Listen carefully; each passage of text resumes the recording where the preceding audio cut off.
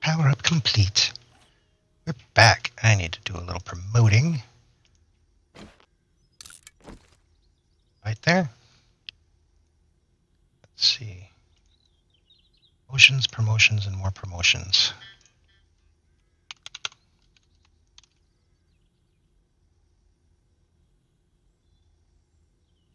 Hello, guys. Hello. I'm really glad that we were feeling good enough to stream today. Yeah, so do I. I felt like crap the last few days. Yes. Indeed. It's nice not to feel like crap. Definitely. All right. So we are back. It is day 24. Got the mark day 24. Yes, good. All right. We are making stuff. Got to remember which keys are used in this game. And what is it? What's on the agenda today? I'm not really sure. I didn't really think past, yeah, I don't feel so bad I couldn't stream. That's about the extent of the thought process right there. Okay, so then I'll queue up some of these. So, Hey, John. hey, Aaron. One of the things that I do want to talk about is the news about A21, but I want to wait because I know it takes a while for everybody to be like, "Oh yeah, you guys are streaming. Let's go."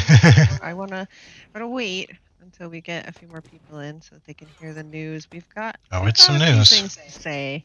We've got a few things to say about it. I'm sure that a lot of people have opinions once they actually hear what the news is.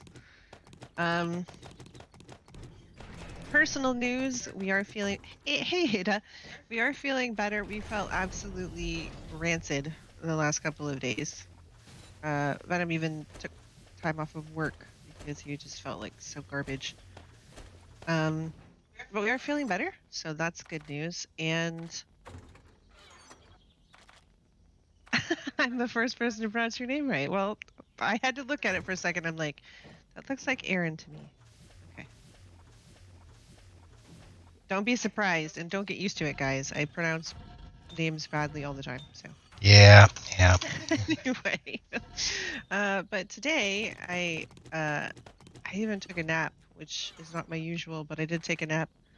I'm looking for why you're still hanging in midair. That's what I'm looking for.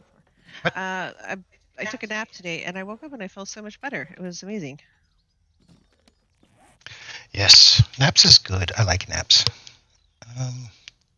So yeah, about this news.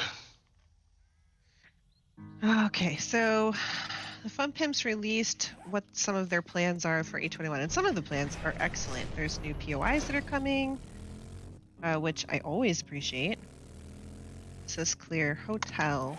All right. Might be all right. What? I picked up a quest. Hey, Yara. Tier 5 clear or Tier 4 clear?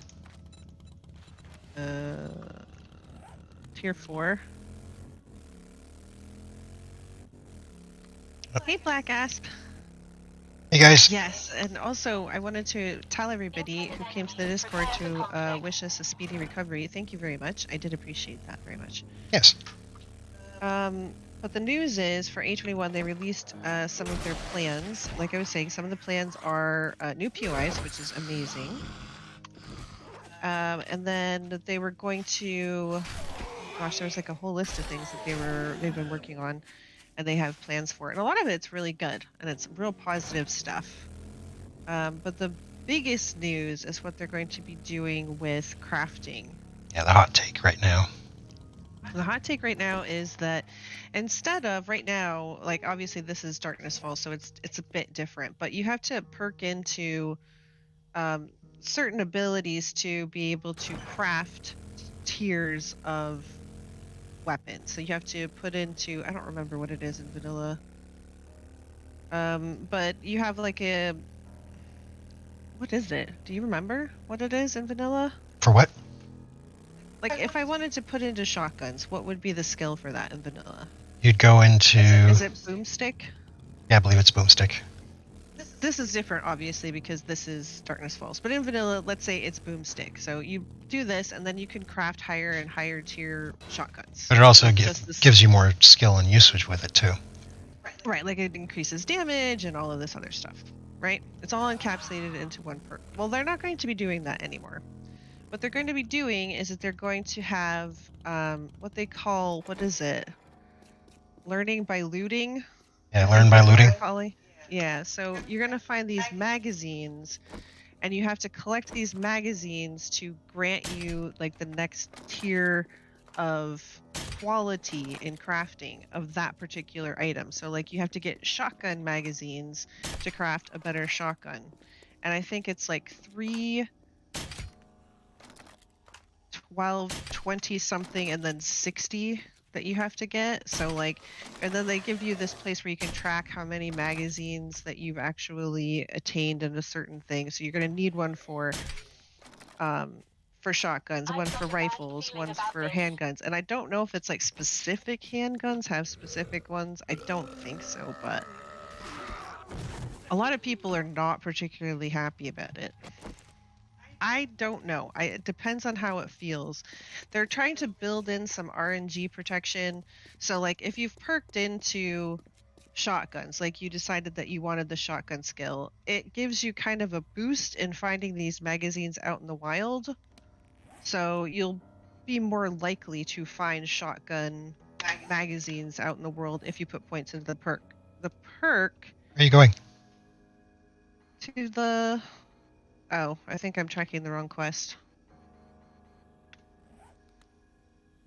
The perk just gives you... I think it like gives you increased chance to find the stuff out in the wild. Is that all it does? I'm not really sure. Yeah, you get a boost to your probabilities.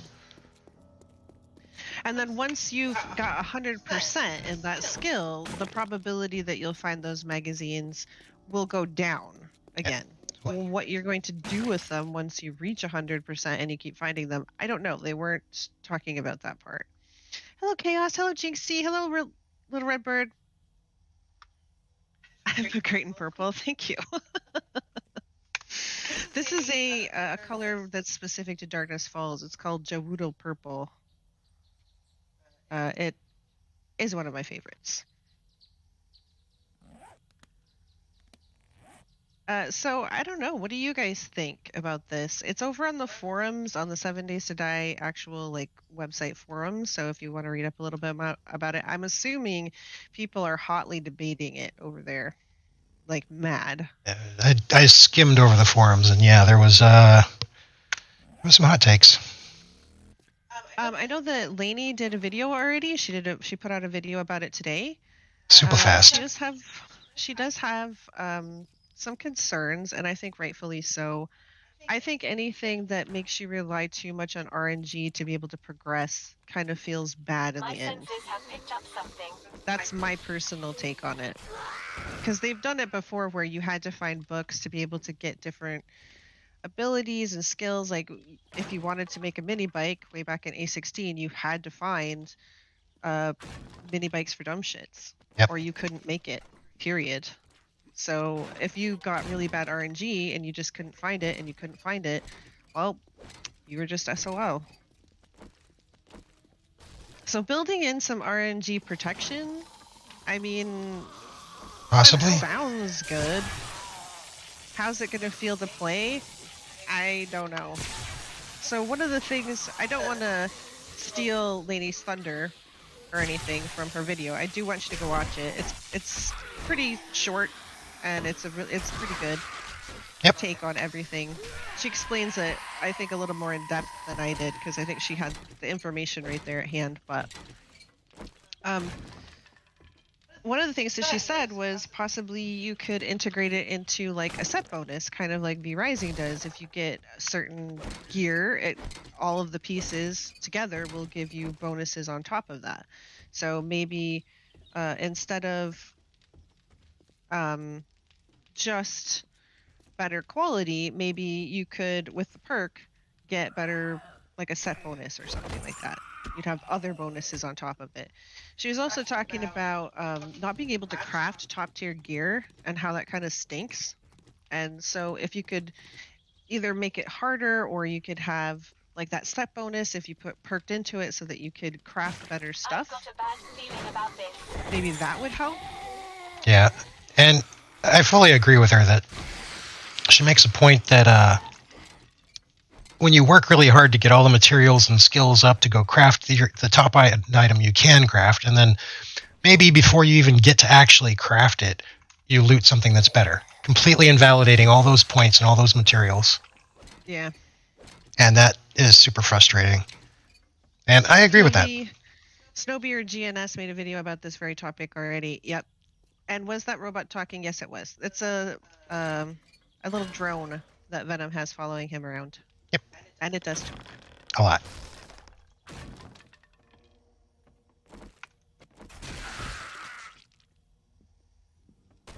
It's very talkative. I don't remember where I saw about the forum thing, but it just came to my attention today, and I started passing it around. I was like, hey, you guys know that they're making some really big changes? Some of my concerns are that they're making these really huge changes, and they're talking about they want to release like sooner rather than later. So making these really late changes that are so drastic to me is very concerning. If it doesn't go over well, or if it doesn't work out, or they can't balance it or fix it, then we're just going to be stuck unless you play a mod. And I think that's kind of a bad way to go, in my personal opinion, when you're making a game. I mean, you obviously, the people who make the game have the final say of what's going to be in the game, but I don't know, making these really drastic changes where it seems like it's more like right at the end of development seems really weird. Well, there's the aspect of don't build up a target audience and then switch audiences. Right. There's also that. We are not alone. Because everybody has, I mean, there have been a lot of changes over the years. Yep. It's true.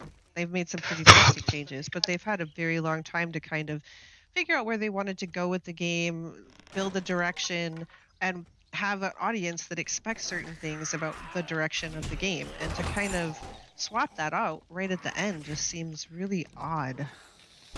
That's just me. Every major change they do, they gain some people who are more in line with the new vision, or they lose people that were no longer in line with the new vision.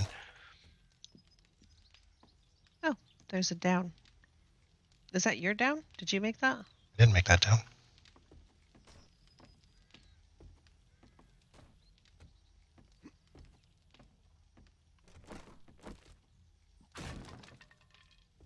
I didn't make that down.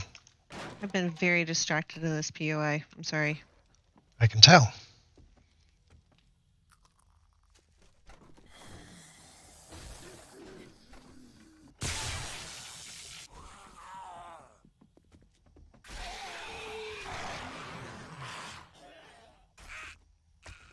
If the changes come with the game getting optimized, I'll deal with them if I don't like the changes.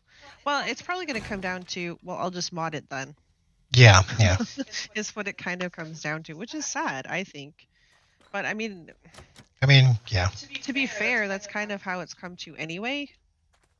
I don't like the changes that they made to farming, and I don't like the buy-in for the attribute system, and I don't like a lot of other things in vanilla, and modding it is how I get around that.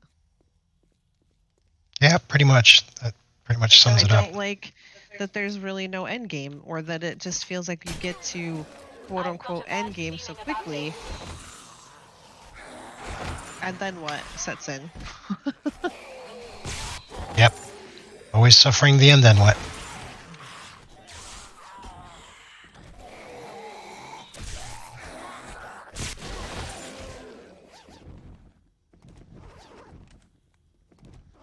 Those goth boots? Yep, those are goth boots. At first I thought it was hazmat boots, and I was like, wait, what did I see? Oh no, it's not. Obviously you can change a lot of the settings and stuff, which I really like, and they have been quite supportive really about mods and being able to play your own way. Ooh, gosh, that's a lot. Foil carbine, steel club, lots of ammo, structural brace mod. Very nice.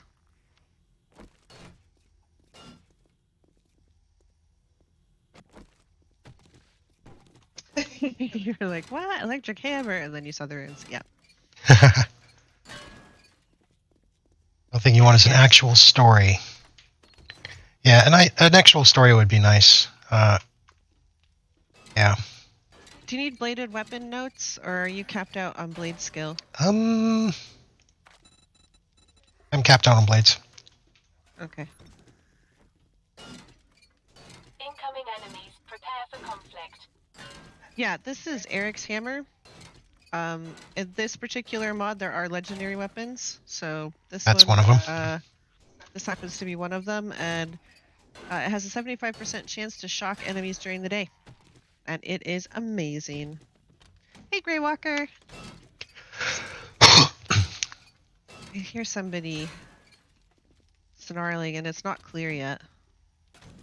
Oh. Oh, it's probably the roof. We never went to the roof.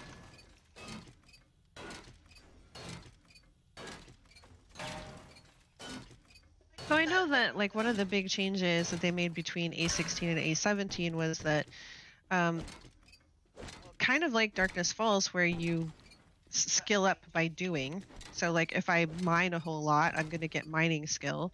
That's kind of how it used to be in A16. If you wanted to make better guns, you had to find parts, kind of like in Darkness Falls. If you wanted to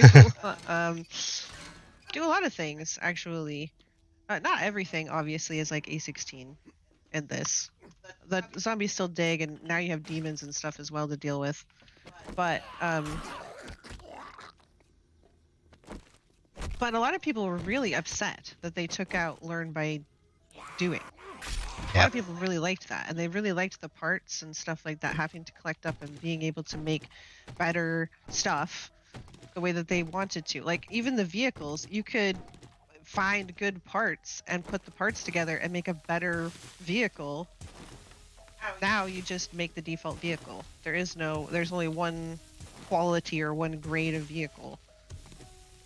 So if you make a motorcycle, it's a motorcycle, period. It's not like a crappy motorcycle or a really good motorcycle. It's just a motorcycle.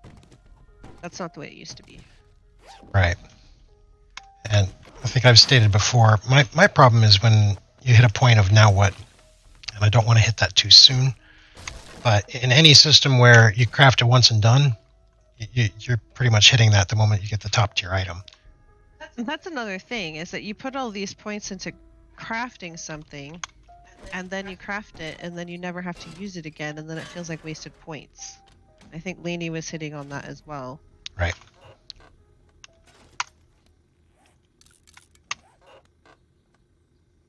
Snowby interviewed Kane today and asked about the storyline of Darkness Falls and if he will be completing it, and Kane said he is working on it. It's nice to see normal killer zombies attempting to kill y'all while you're gathering resources in a destroyed world of mayhem. Yeah, it's a little different than, say, Back 4 Blood, where they're just trying to kill us, and we're just not gonna let them. We're not really gathering anything. This is very tall. It's a little butt clenchy. I don't like it. Still says it's not clear. Right. I'm not seeing any of those pointers. Well, I'm up on the roof.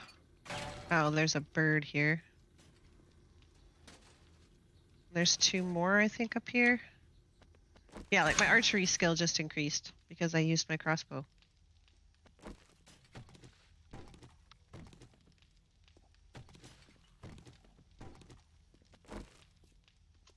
And there's more roof. More roof. Good lord. It's very foggy today. I'm feeling very distracted today. Well, at least we're not feeling like garbage today. It is true. That is a relief.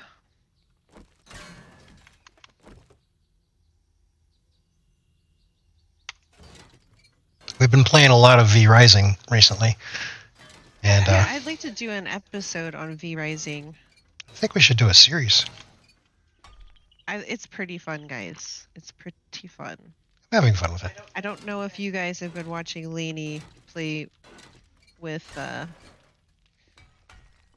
Spange and Johnny and Bladed and Ironwolf, but Lainey's also playing on her server. I see somebody around that corner.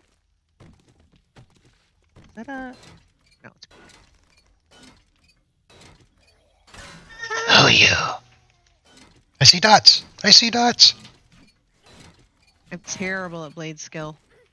Terrible. My senses have picked up something. That was it. Yay!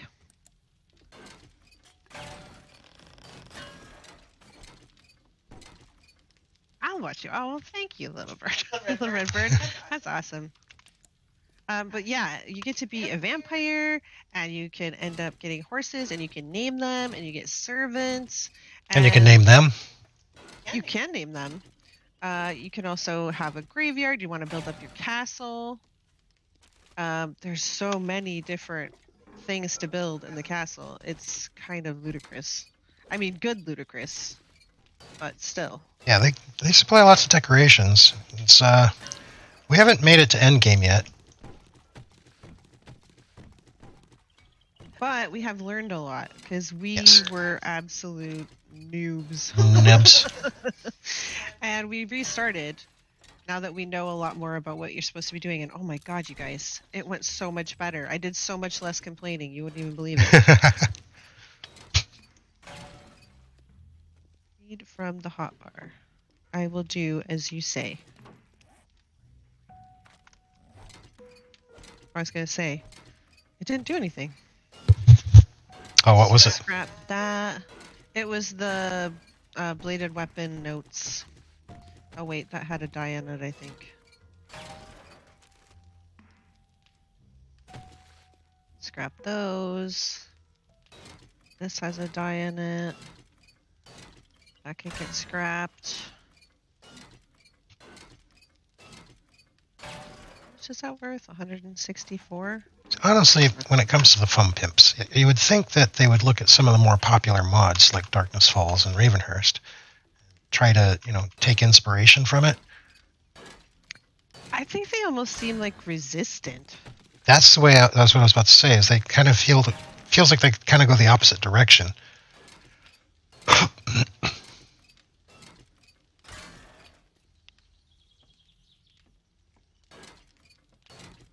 I've talked about it before. Sometimes it feels like, they want to stop you from playing a certain way, and so they make the rules of the game change so that you play the way that they think you should. And I don't know if that's how they really do it. It even in their live streams and stuff, it kind of comes across that way. I'm not going to say that that's their motivation, but it is their game, and if that's how they want to structure it, I guess there's nothing that we can really say about it other than, well, I guess I'll be modding it forever then. Right. Now, granted, they do open it wide up to mods, so Right. they do fully support modding. So you got to give them that. Not everybody does. Exactly. Not everybody does do that. Or at least they don't do it well. It seems to be set up for more console as the key binding is so different from most. Yeah, that's another thing. They are ramping up for console, and a lot of things are changing, and it seems like kind of console centric. Right. Are we talking about changes? Are we talking about this, or are we talking about V Rising? V Rising is definitely set up for console. Yeah, V Rising is set up for console, but I don't know. The key bindings don't seem that bad to me on that.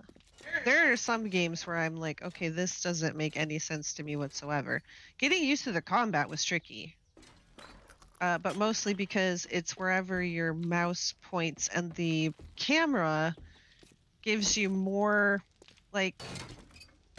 it shows more behind than it does in front of you, in front of your character. And that was very disorienting because I wanted to see more in front than behind.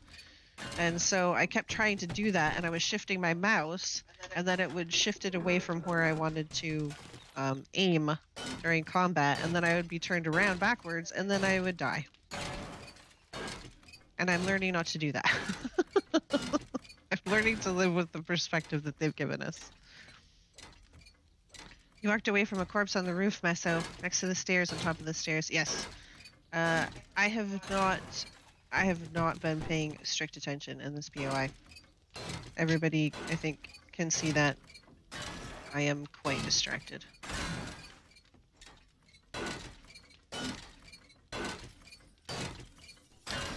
Black Ass brings up a good point that there's very few 7 Days to Die streamers, and the ones that are there, most of them are running modded games. Well, okay, but also 7 Days to Die streamers, like, they've been playing for a really long time, and to be fair, vanilla gets, you know, Old quick. stale. What are you gonna do? I mean, you can make up a whole bunch of rules for yourself, I suppose. Self-imposed, prescribed things, challenges, stuff. They do that too. Oh yeah. Well, Liz right now from Horde V for Life has imposed a rule that she's got to kill Wrecked every Horde night. As often as possible, she says.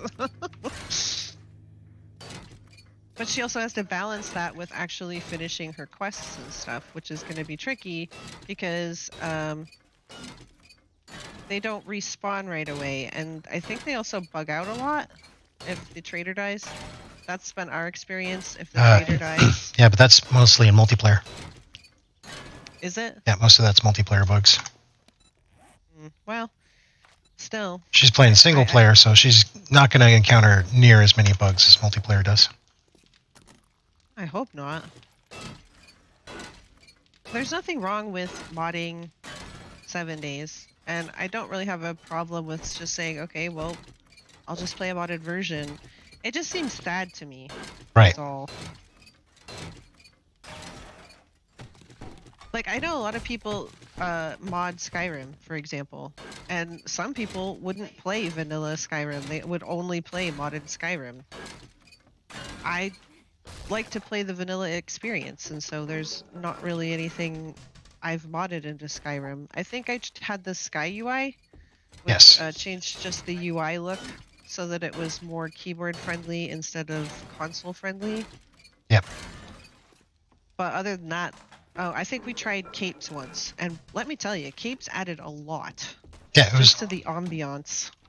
Yeah, we just added capes to people, wearable capes, and yeah, that added a huge feel to the game. It was immersive. Immersive.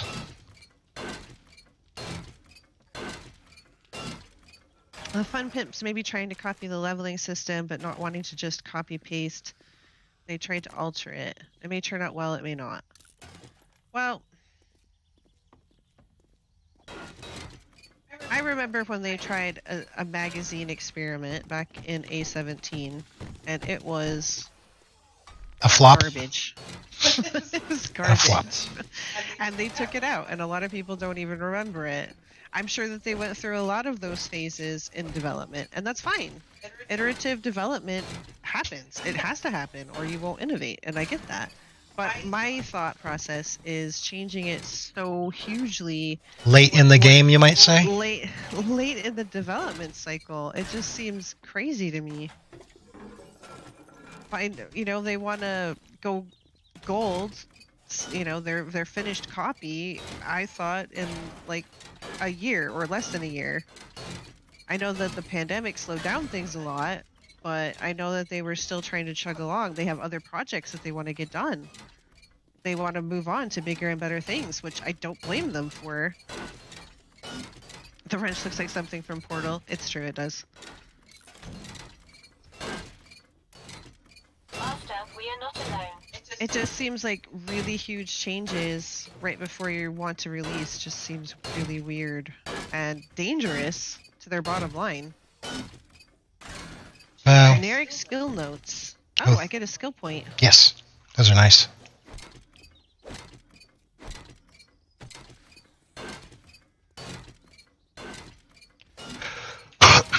So I'm thinking about the future V-Rising stream. We were contemplating doing like a Sunday stream, like one of our one-offs.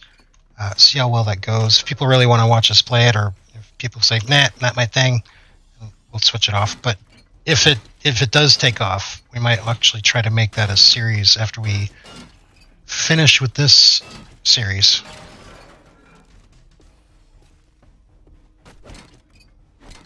Possibly. Thoughts that run through our heads. Because Darkness Falls does a good job of prolonging the what now aspect of 7 days, but it's still there. It's just longer to reach. Wow, that generic skill note came out of the garbage. Congrats. That's some skilled garbage is what it is. I'm getting FIP drops. Oh, because they're beating down below. That's another thing, is that I like 7 days. 7 days is a really good game. But I know that a lot of people who are 7 days streamers and 7 day people who do it on YouTube and stuff, that's what people want to see. Kind of like, you know, Spange is Empyrean guy. People want to see him play Empyrean. But there's a newsflash. Spange doesn't always want to play Empyrean.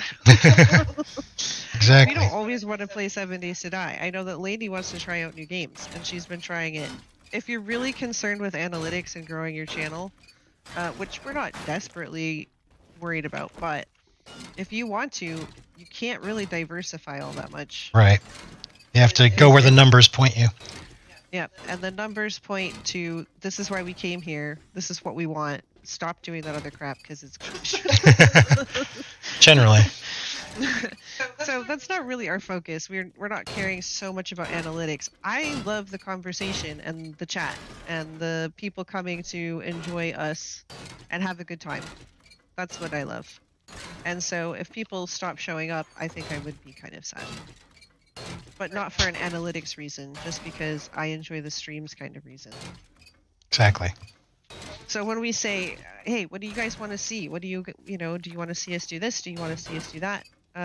We're genuinely asking, hey, why, we want to make the streams enjoyable too, and we want to play, oh crap. We want to play out crap? Yep.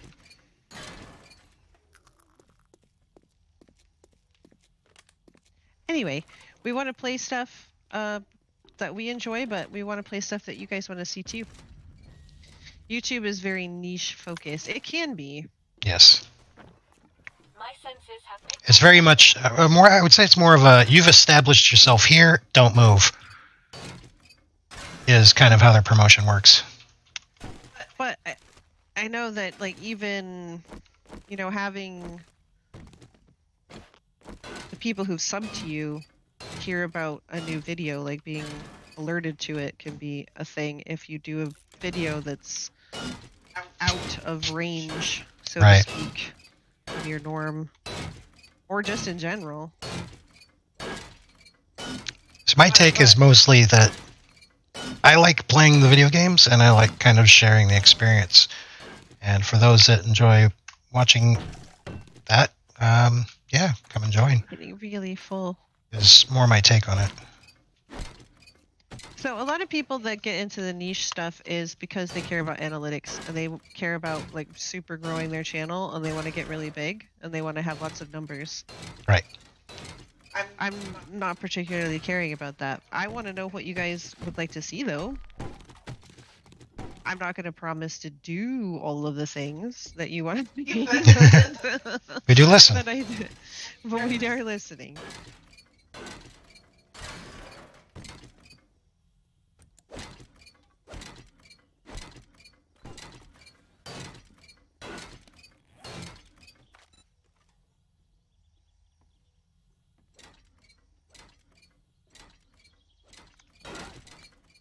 Yeah, we've been doing so much better in V Rising. Black Ask, you have no idea. Master, we are not alone. You're not into V Rising? I can understand that. Like, we do Divinity usually on Wednesdays. Oh, it started off just on my channel, but now that we can stream Duo, we do it together. Or now that we've realized we can stream Duo. Yeah, and there's just a lot of people who are Divinity's not their bag, and I totally get it. I'm hyped up on it. I love that game. I think it's amazing, but there are people who don't, and we get that too. There's definitely games I'm not into. Quite a few of them. In fact, I would leverage to say that there's more games I'm not into than there are games I am into.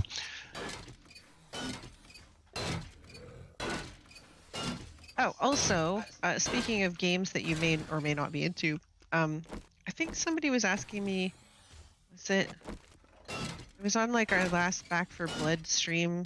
Somebody was asking me how Guild Wars was going. I have not played in a while. I leveled up my first level 80 character all by myself without any kind of boost or anything. And that was pretty fun. You fill in the maps. You get rewarded for filling in the map and doing stuff. And it was just right up my alley. You collect things, you craft stuff. MMO type things, but just easy, good fun. I really enjoyed it. The stories were interesting. The characters were interesting that you interacted with and stuff. So I hear hissing outside, and I can't figure out how to get outside. Head towards the bike. My bike. Oh, wait, you don't see the icon. No, I don't. Should be. Oh. But I kept running into... Oh, there you are. I kept running into roadblocks after I hit level 80 because everything changes once you get to be level 80. And I mean everything, because the way that you play, the abilities that you have, all that stuff change if you get like elite skills after 80. Or if you go and do the expansions and stuff. I don't think we got everything in there. No. But I'm willing to call it good. I think we got all the big loot and stripped down a lot of it. You can tell we've been ill. Not even stripping it down all the way. Oh my god. No boxes outside to help with the loot. You can tell that we're off our game.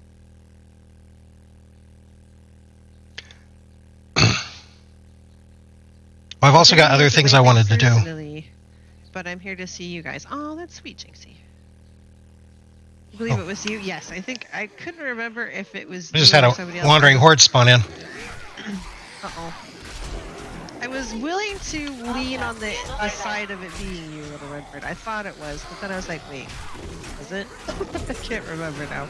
I think it was you that asked about Guild Wars. And the mastery system, after you turn 80, you not only have to get XP for every level, but then you have to have the appropriate mastery points and the appropriate mastery points in the appropriate expansion and an appropriate XP bar for every single type of unlock that you can do. And getting mastery points is kind of a pain in the ass sometimes, and it just seems like you get to one roadblock, you get that unblocked, and then another roadblock pops up, and I'm just kind of... I'm not in the mood for it right now. I'm not in the mood for a lot of roadblocks. A wandering horse? Hey, you missed it. You tried it yourself, and it just confused you.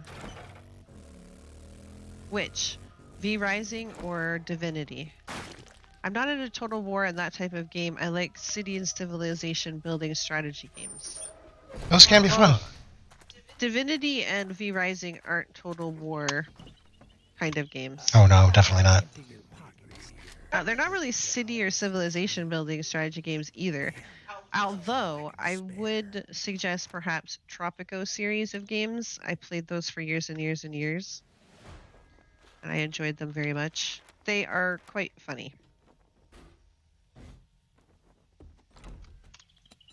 You end up being the dictator of your own island, and you can either be a benevolent dictator, or, you know... Or not so much. Not so much.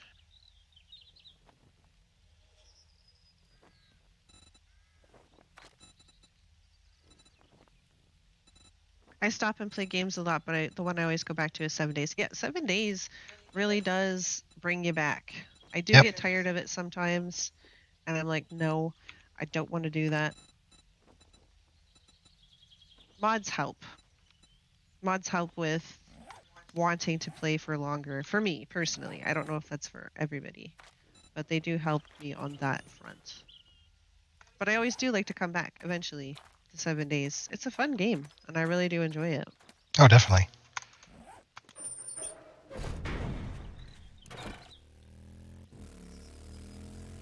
game that I know definitely you all brings have back. talked about before, but the sorcery mod would be cool. I do want to try that. I do want to try the sorcery mod. Mm-hmm. Looks like fun. I think it would definitely be worth trying out. Oh, you said you tried it, but it was confusing. The sorcery mod. Okay.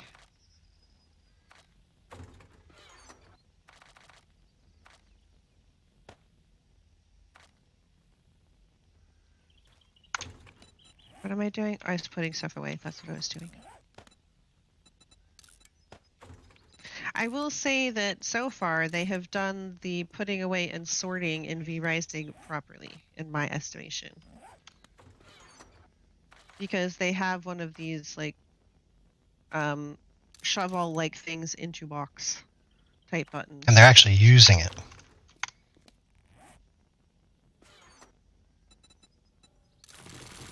And this, it's very much like this because in V-Rising, this whole first row, like basically what would be in your inventory, is basically all locked. So when you sort, it won't sort those because this first row is actually your toolbar. Like you would put your weapons and stuff in this first row because then they'll show up usable down on your toolbar. So that's interesting.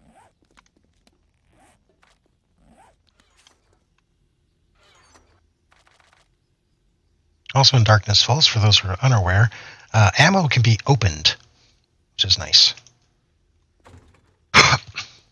Yeah, it makes a lot of noise though. Is all I'm saying. Oh no. All right, well. Our clothing and weaponry boxes are almost full again. We need to start upgrading then.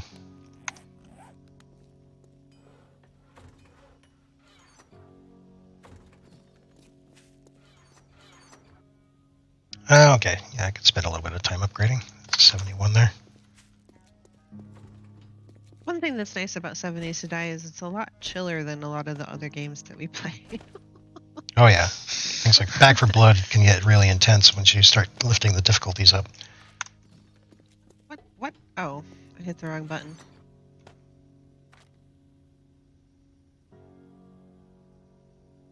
Oh, I need to get rid of I'm like, why did all that stuff just go in there? Because I hit the wrong button, that's you. why. You hit push all. Yeah.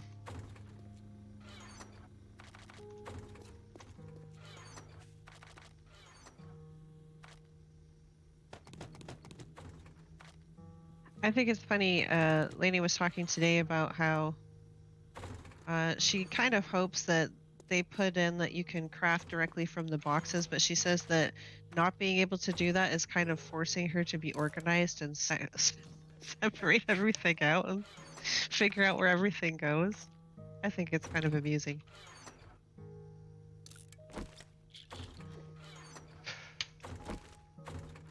Maybe one day she'll learn. Nah. It's that rice seed. Oh. The seeds down here, that's what I thought. Oh, I didn't have any coffee or rice seed. Interesting. Oh, so many dyes to get removed. And mods. Yeah, I couldn't be bothered, so I just shoved them in the box.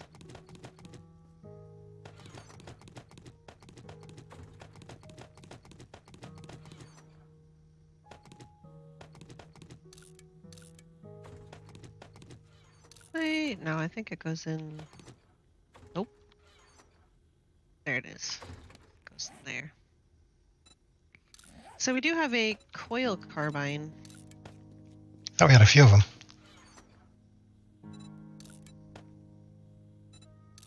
Oh wait, I upgraded. I think I upgraded the one we had. Well, now we've got repair stuff for it, in case we use it.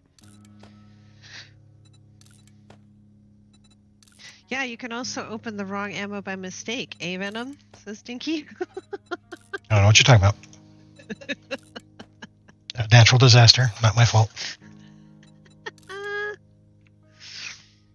Okay, let me scroll back through chat and make sure I didn't miss anything. Because I think I have been. I've been waffling on about the changes and development of games and just in case anybody is curious, we are over 100. Level 100. And it's only day 24.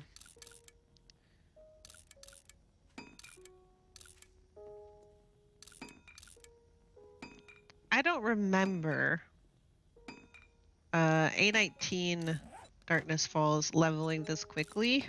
It's after 100, things start going real fast. Well, I know, but I don't even remember getting up to level 100. Oh, I know yeah. that we've played past day 24 and A19 Darkness Falls. It seems like A20 Darkness Falls you level up a lot quicker. A little bit, I guess. Wait a minute. Did I? Ah! It's a Night Stalker! Don't worry, I killed it. I saved you. I heard somebody whispering to me. I was like, what in the world was that? Are there more? Was it part of a horde? I don't know. It's just wandering around in daytime? Well, That like makes sense. I wandered into a wandering horde, so I mean, that might have been part of it that got missed. That wandering horde was a ways away. You can box the dice in stacks of 10. Oh, I wasn't aware of that. Do you have a habit of mishearing venom? I have a habit of mishearing venom. Venom has a habit of mishearing venom. Mishearing venom. That's right. That's true. Charandriel. Let's see then. You. There were a couple of spare zombies hanging around the outside of the fence.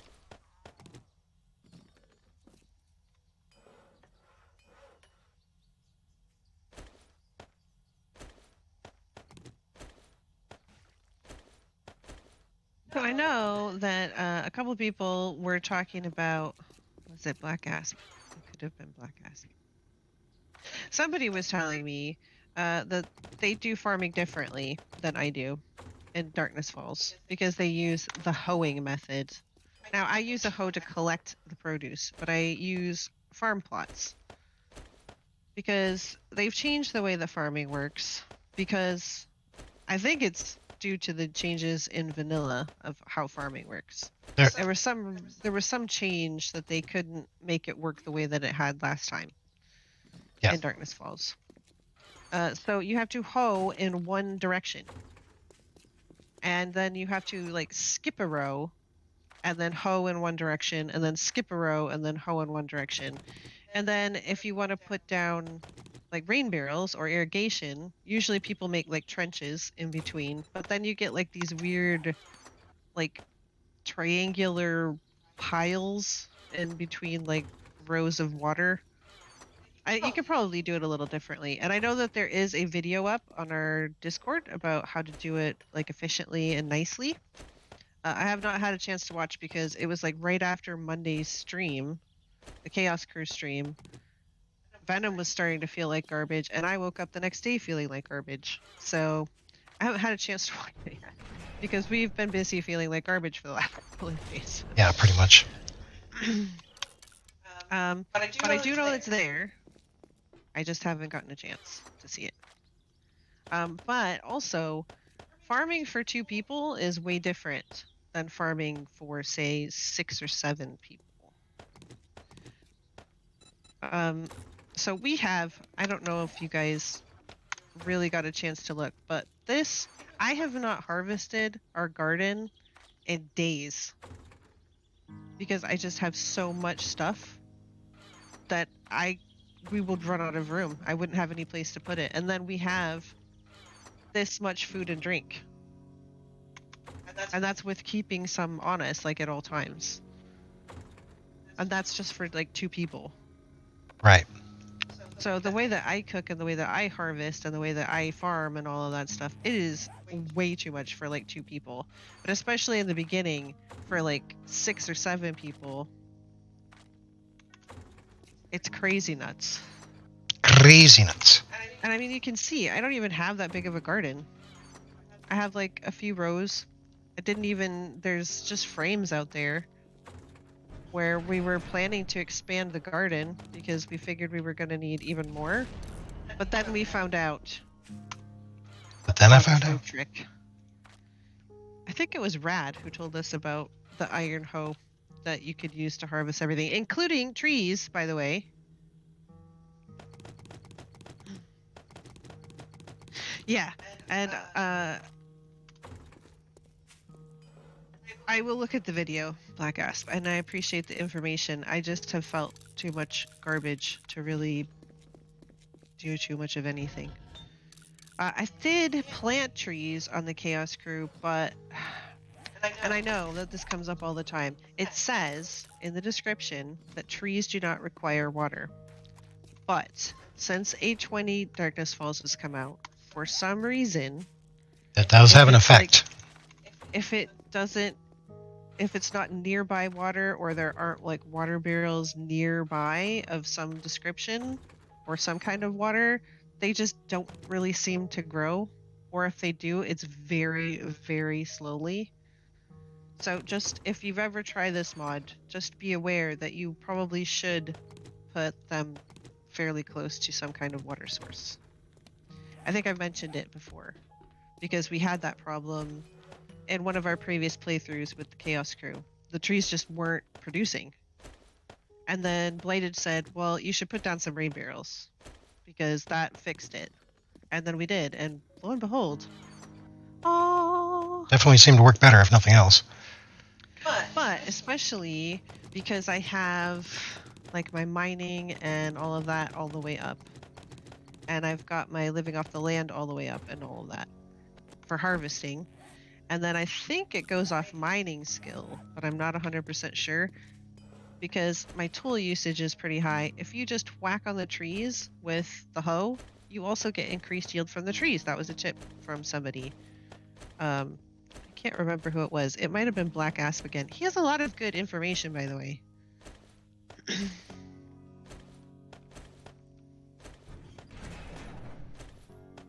Which also reminds me, on our Discord, I put in a whole bunch of extra places for some of the games that we play. Like for Divinity, Icarus, Back for Blood, and I think I did one more. Oh yeah, Project Zomboid. So if you want to talk about those games, or there's also voice chat for those games, so if you wanted to voice chat with somebody while you're playing, or like stream it over Discord or whatever, there are places for that. So if you have any handy tips, or if you want to ask a question or something like that about one of those games, there is a place for it. Yes.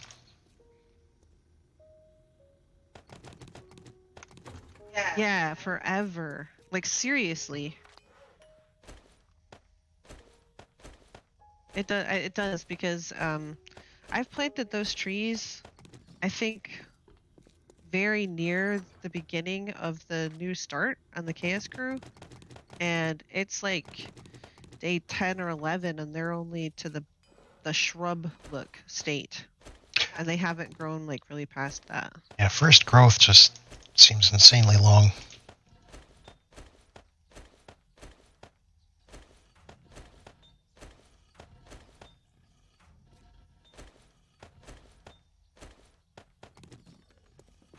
Making more room in the weapons box.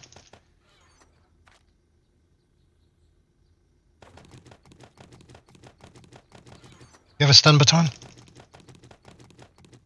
I do. I'm hesitant to use it since it kept stunning me. Oh, here, give it to me.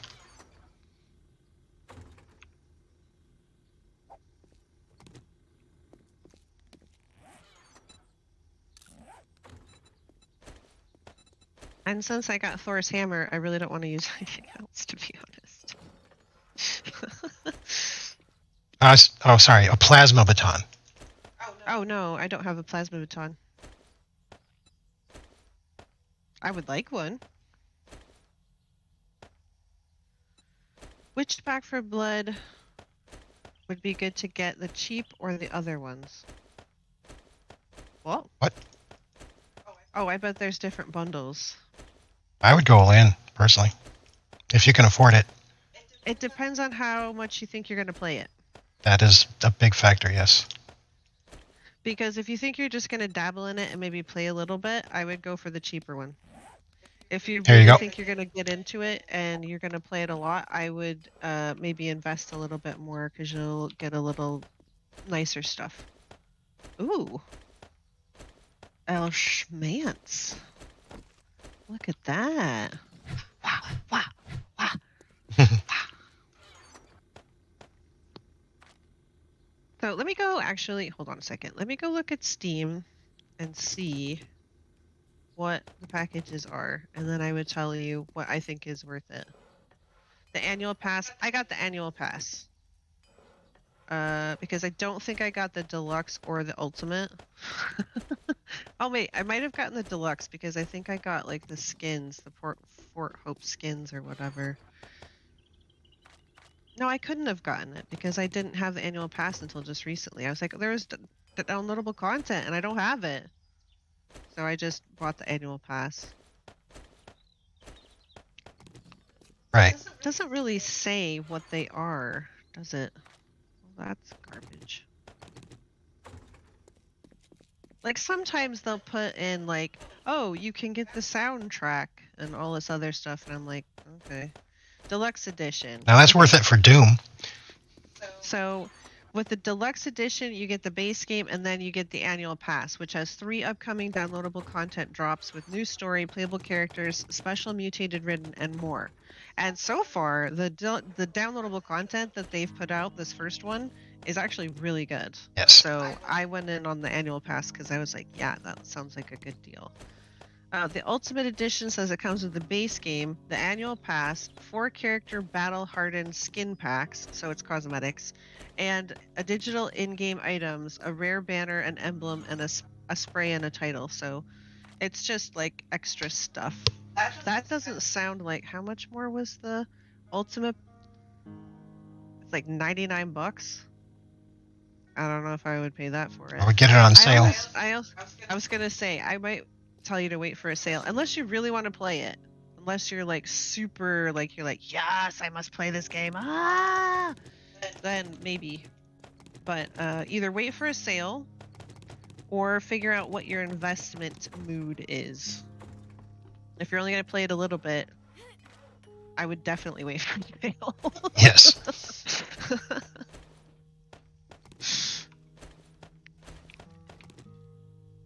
But you can play it single player now and get advancement. Like you can unlock things and stuff. Which wasn't a thing at first. No, it was not. And people were very salty because they called it like single player mode. But what they really meant was offline doesn't count towards anything mode. Practice Training mode. Practice mode is what they meant. And they didn't have it named as such. So people were very In fact, later they even did rename it as such. They did. And then after that, I guess they figured out a way to make it feel balanced or what have you, and then it's now you can actually make progress.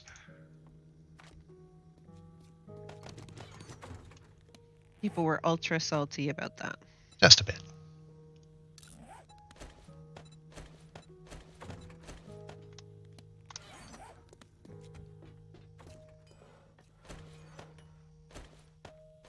Yeah, look at this. 1 beehive. I think it was Black Asp as well who told us only make like 1 beehive because you will get so much honey that you won't even know what to do with it. And I will have to say, whoever that was that told us that, it is accurate. Accuracy was accurate. If you're like, yes, exactly. Why, thank you, John. And also, hello and welcome, John. Sneaking in. I see how it is.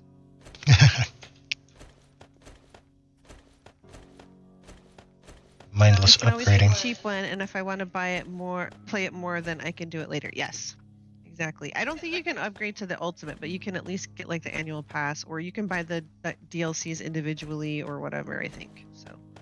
I think. Don't quote me on that, but I think. This is the problem that Hitman had, actually. When they rebooted the Hitman series, they made it so difficult and convoluted to figure out which edition you were buying. I think this was like for Hitman 2, because you could get Hitman 2, and if you had Hitman 1, then all of those episodes would be unlocked and playable in Hitman 2 as well. But there was like so many different additions and bonuses and different packs and all this other stuff. It was very confusing to figure out what you needed to buy to get what you wanted. It is a pleasure to serve. You were chilling with Venom. I get your Wednesday. Eat the head! Yes, I'm sorry. Wednesday was a no-go, John. I'm very sorry. But we felt like utter garbage. I'm just glad that we don't. Today. Okay, so weapons box has been cleaned up. And the armor box has been cleaned up. So this... I'm just going to scrap that shit. That. Can move over. I've got 5 points to spend. What am I going to spend it in? Oh, that's right. I said I needed to take a new class because I don't have anything to spend in.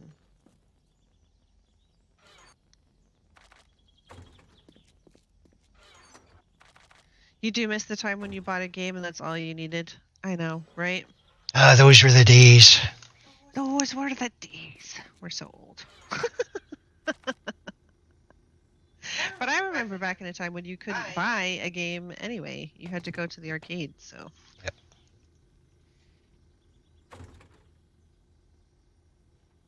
You had to have a good supply of quarters. Yeah, I'm like... Yes, I do need another lab run. Running out of things to put points in. I can't put my last into boomstick until I get shotguns to 60, and that's not going to happen until Horde Night, probably. A few crack runs? Cracker book? And the box games were nice. No monthly BS. Yeah, they're really trying to push this games as a service thing. I've heard that, well, I've heard a lot of things. One is that the games industry is ending up being consolidated into like 4 or 5 massive companies if you really pay attention to who is purchasing whom and who is acquiring what IPs and things like that, which is a little disturbing. Because the more competition you have, the better pricing can be competitive, and also the more varied games you can have, I think, in my opinion. Right. That's how competition is supposed to work. When you have things consolidated into a handful, 1 or 2 people or companies, you end up losing a lot of that. And they can charge you whatever they want because they have the lion's share. Oh no, we got bots! You got bots? I got bots, guys! I am a real streamer. Thank you, Dinky, for taking care of that. I look over and it's just like, bot deleted, bot hidden. I'm like, oh my god. I forgot my key cards. I thought they were in your drone. They were.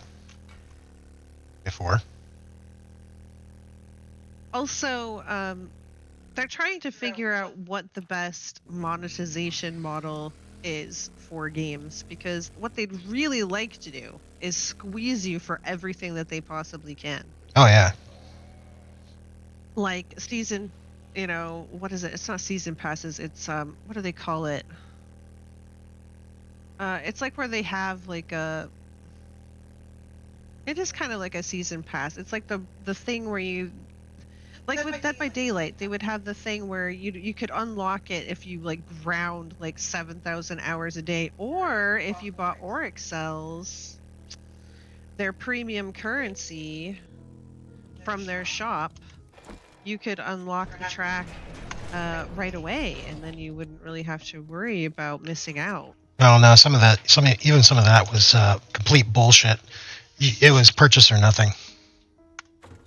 Right. There was some things that you either purchased it or you didn't get it, but some of it was like, oh, you could unlock most of it for free if you want to grind your fingers down to the nub playing every minute of your waking life forever. But what did they call it? It wasn't like a season pass. It was something else. Hey, Darren. Gambling on boxes? Yeah, pretty much.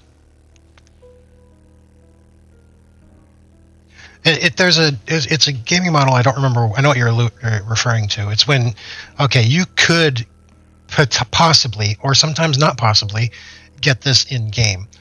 But if it's going to take you, a year to say of constant playing and grinding to get this thing, or you can get it right now if you just pay us money for it.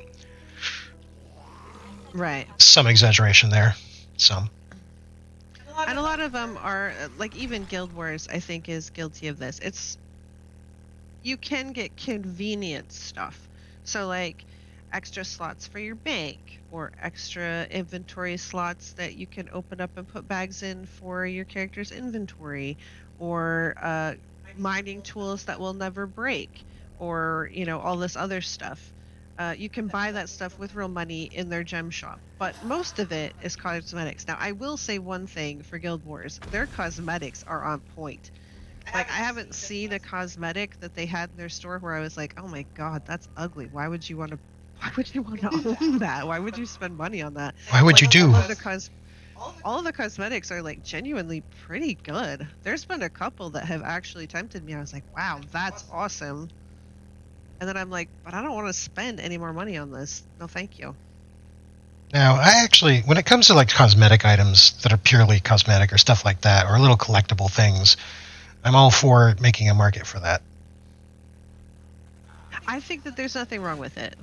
I understand the thought process of a lot of those things used to be rewards for playing the game. Well, so game development has changed, because way back in the day, when you had once you release the game, you're done. You move on. You're not putting any more money into that game as a company standpoint. But now we've got continuous development patterns, which means the thing about unlocking and stuff, I think some of it was from, like, the MMO standpoint. Oh, yeah. Where it's like, you knew somebody had really played a lot, or they had really done amazing achievements if they had this specific thing in game. Mm-hmm. Because they had this piece of gear, or because they rode a specific mount, or whatever it is. You could tell by what they were wearing, or what they were riding, or their title, or whatever, that they really knew what they were doing. And that's not so much the case anymore. Those were the old days. Like, you just bought it off the store, or you had somebody level your character. Now, Guild Wars does have a boost system where you can boost your character to 80, and I was very hesitant to use my boosts that came with buying the expansions, because I was like, well, I think it feels kind of scummy, because I wouldn't want to get into a situation where I don't know what this character does. I've never really played it. Because I didn't level it myself. But because the play is simultaneously similar enough between characters, and also so different after 80, it doesn't really make a difference, I don't think, to be honest. Right. Meso, you're the only you would be happy to see bots in their stream. I think Venom did the same thing. He's like, I've made it, guys. I'm real. I'm really making it. There's bots in our stream. Yeah, it was something like that. The least the bots could do is learn how to complete a sentence. That would be nice. I swear Venom just sounded like Jeff Goldblum from Jurassic Park. That's a big pile of shit. You kind of got lost using the boost in Guild Wars 2. Okay, there's a lot to know in Guild Wars 2. There are a lot of systems. There's a lot of moving parts. There's a lot of moving pieces. I think maybe the reason I didn't get completely lost was because I went back and did some of the I just went back and started opening the map again. That was my default. If I couldn't figure out what was going on, I'd be like, all right, well, I'm just going to open this section of the map. I'm just going to go over here and complete all of the hearts and fight all the POIs and all the vistas, and I'll get back to that when I'm not completely irritated that this is a roadblock and I can't figure out what's happening. There are a lot of things that aren't explained. Now, some people call that challenge. Oh, it's not holding your hand. Oh, so Incoming enemies. Prepare being for completely conflict. lost is good?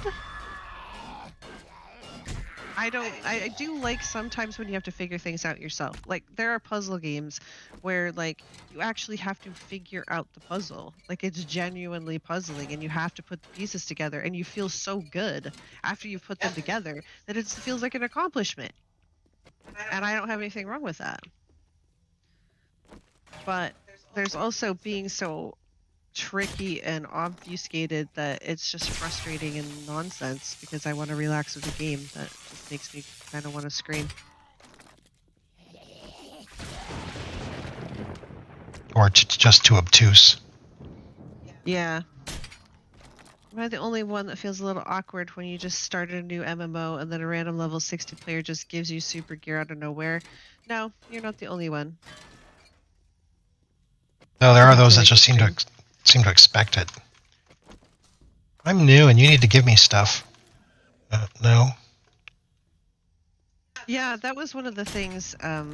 Once WoW became more popular, we played WoW for several years when it first came out, and it got to a certain point when it became a lot more popular. There was a lot newer people. They would just come in and they would see you as a high level and they'd be like, oh, well, you need to run me through this place right now. I need this stuff. And I'm like, I've got a no, bad why would feeling I do about that? I this. don't know who you are and you didn't ask politely and you didn't even say please. So why would I help you? Exactly.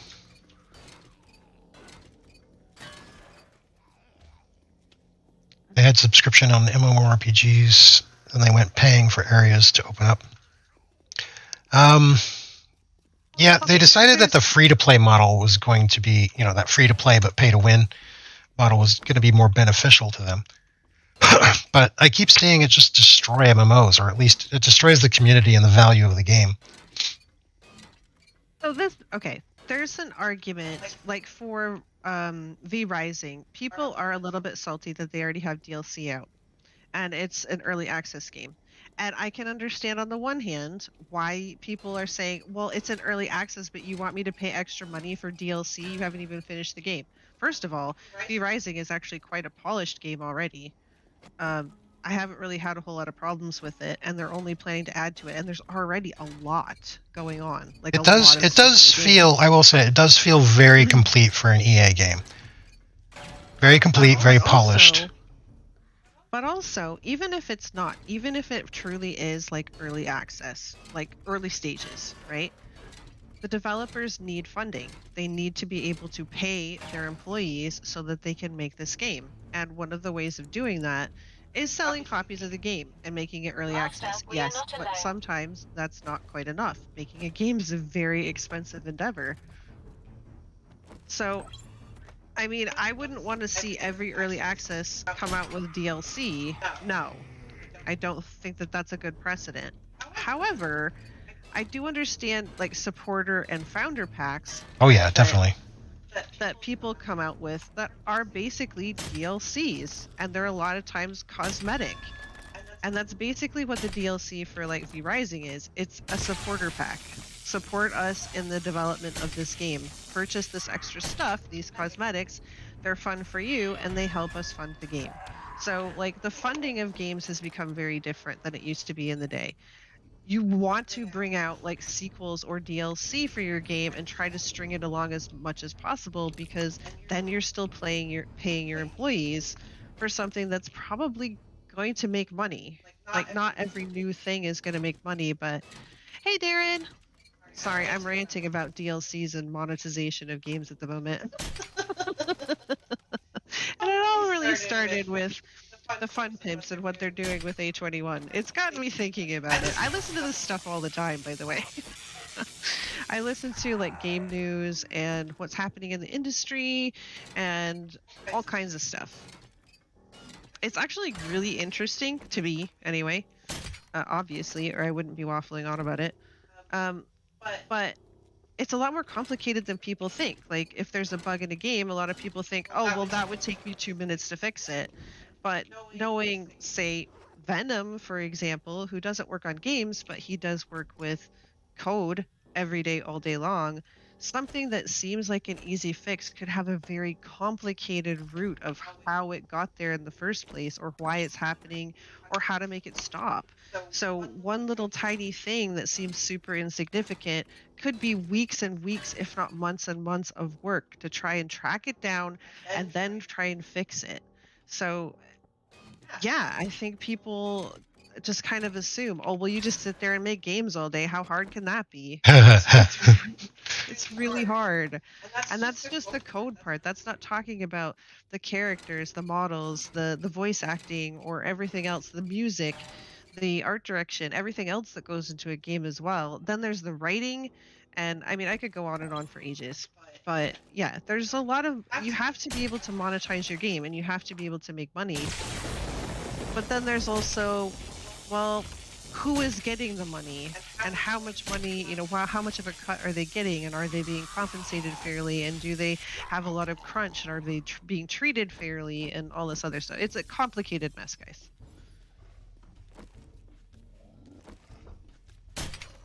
I like that they even say that the DLC for V, they tell you that it's for the purpose of support. Yeah.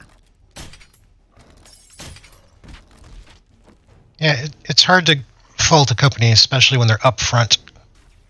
Hey, guys, we need money, so we're putting this off as a DLC. Help. Like the developers of Icarus, for example, I think they're in denial. They are still in early access. There's a lot of features that are not in the game yet. They're still in development, basically, even though they said, oh yeah, this is a full game. It's not. And that's fine. Wow, what was that? What's what? He just ran through that wall, that door.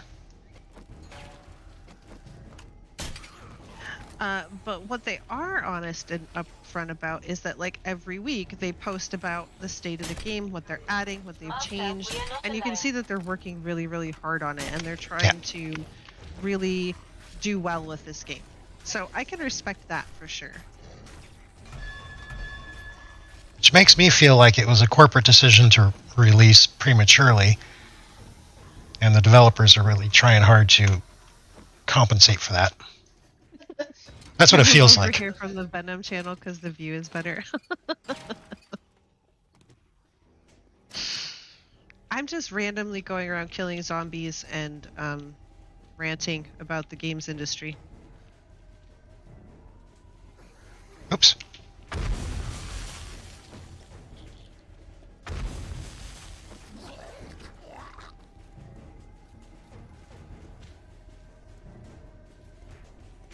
You are temporarily immune to radiation.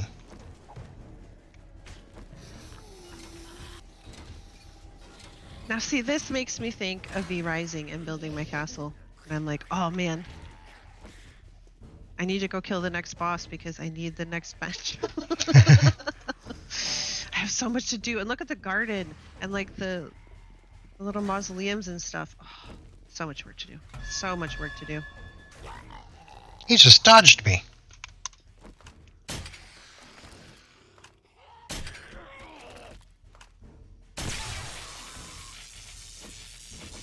What I should do is I should go home and, ooh, look at that. I should go home and I should make a new class book. That's what I should do. There you go. What class are you thinking about? I don't know. I already took scientist, right? I believe so. And you've already took survivalist because we have watches. And I have cooking and farming, and I think I took security too. Make sure you're fleshed out, I guess. I am, that's the problem. I have like 6 points to spend. I don't have anything to spend it on. What about the basics? So you've got health nut from the shadows. You could spend in that. A little bit in parkour, sexy Rexy. Your weapon skills. Let's see, all the craftings. Iron gut. I have the craftings. Pack mule. Iron gut. Better butter. I did not spend in pack mule. I suppose I could do that. suppose I could put into lockpicking. It's not usually something I put into, but I suppose I could.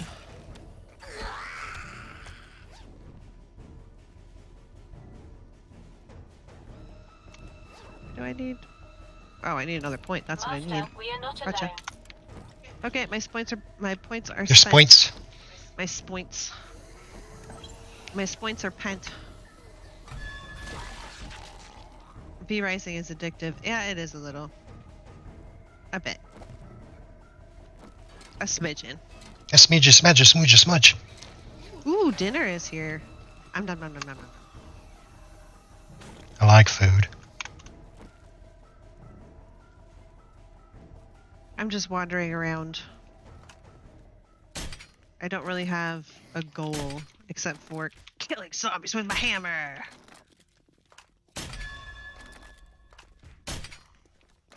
What is the new crack?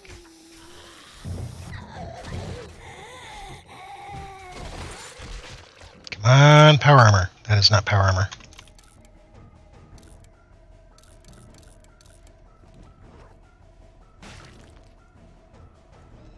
Hey, it doesn't matter. Don't just say, oh, it's just Mickey D's. It's nothing special. It is. It is special. Because it's food. Food is precious. Just imagine what would happen if you didn't have food. Yeah, exactly.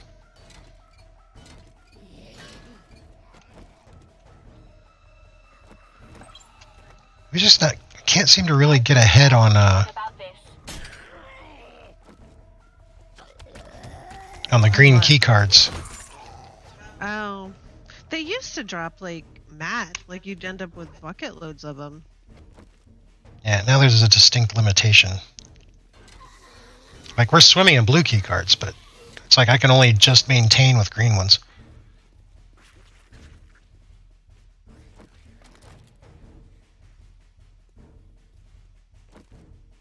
Yes, Mickey D's is McDonald's, Yara. That's what some people, or like in Australia they call it Maccers. Something like that.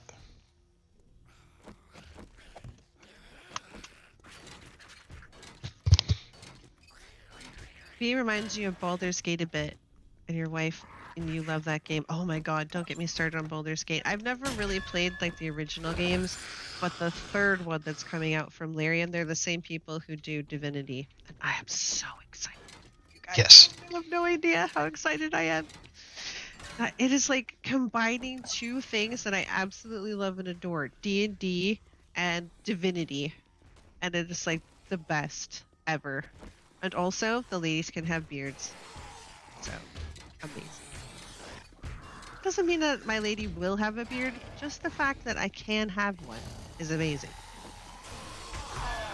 My dwarf lady can have a proper beard, My senses have picked up if she so something. chooses.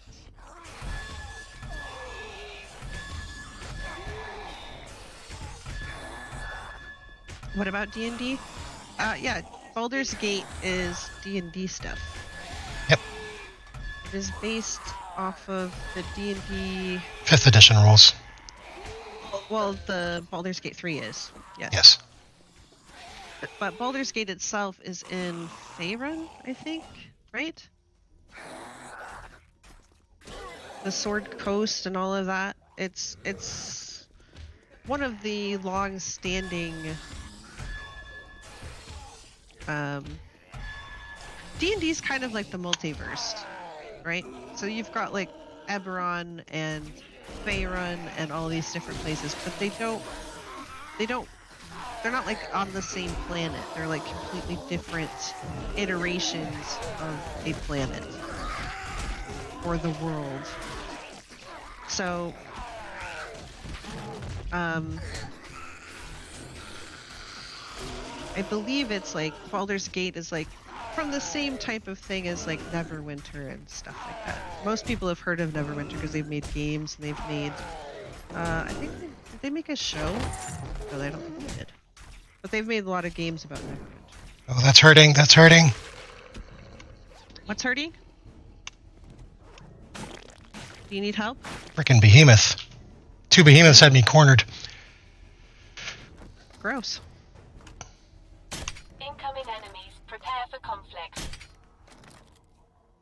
The Forgotten Realms. Yes, Chaplain. Thank you.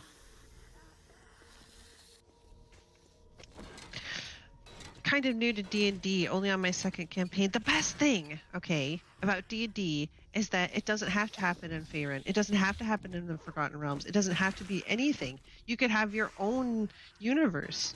And I think that's kind of where they're embracing kind of the multiverse of D&D, because everybody plays these games, you know, in their own special way at their own table. And so their campaign, even if they run it off of, say, the same module or the same adventure, it ends up being totally different. So I guess kind of they're embracing the idea that all of these things could be true and happen because of like a multiverse kind of a concept. And I think one of their newest books is about the multiverse of D&D. But anyway, Baldur's Gate is based on D&D. It has been even since like the first video games. Yep, that was based on second edition. Right, and some people were very salty because Larian's version isn't strict D&D, which the original versions of Baldur's Gate were not strict versions of D&D either. But they're the people who are really salty that it's not as strict to the rules of D&D as they really wanted. Well, there was a couple different teams in that regard. There was the team that was, you know, it has to be adamant D&D rules, hardcore, blah, blah, blah. And then there was the ones that it's not Baldur's Gate because it doesn't have this non-D&D aspect insert here. Like, they wanted real-time with pause, which obviously is not D&D. D&D is purely a turn-based game. And they were salty that it was turn-based. So, I mean, you had multiple camps on that one. Well, you also have the people who are like, oh, well, it's not really Baldur's Gate. This is obviously just Divinity 3 or whatever. And it doesn't really have anything to do with Divinity. There's no story beats from the Divinity universe. It's completely from Baldur's Gate universe. And D&D, because there's actually places like Avernus, which is Hell, one of the places in the 9 Hells, that features in it a little bit, like history of that place features into it. I don't think you really have to know everything about Baldur's Gate or the history of D&D or anything to be able to enjoy it. Oh, God, I think they'll explain it as they'll go along. From what I've seen, they kind of reference some of this stuff, and then if you ask about it, like in dialogue, they'll explain it. And I think they're going to flesh that out more. Nerd. Exactly. I've been a nerd probably longer than you've been alive, John.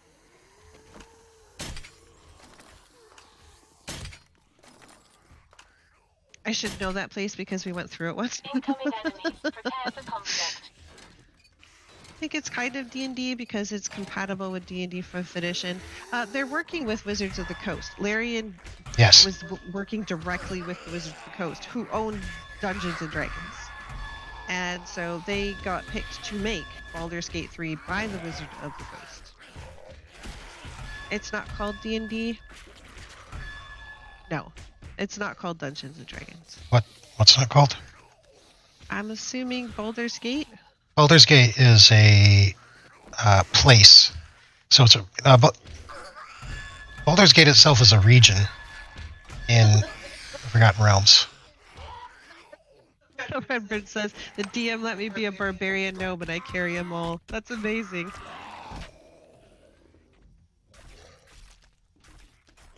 Oh, your new board game. I remember you did send me a picture. It's like D&D because it's based on the rules of 5th edition, but it's like super cutie animals. It is pretty awesome looking, to be fair. But that's the thing about D&D is that it doesn't have to be like super gritty and, you know, super grown up. You could play it with kids and just tune the story to be more kid friendly. And it would be perfectly fine with the rules. I mean, you might lighten up the rules a little bit because there's a lot of rules. But even with grown-ups, sometimes lightening up the rules is necessary because some of them, well, I'll just be honest, don't make a whole lot of sense or seem to be a little unnecessary. And it should be more, I think, a lot of times focused on fun and sometimes the story that you're creating than hard and fast rules. Although I am a rules person. I am. I'm not gonna lie. It's all D&D. That's the system style. Each realm has its own thing and name. So it's all D&D, just in its own world. Exactly.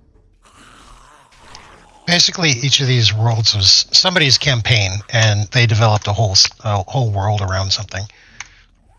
And then it just caught on. It became popular, and people play that world.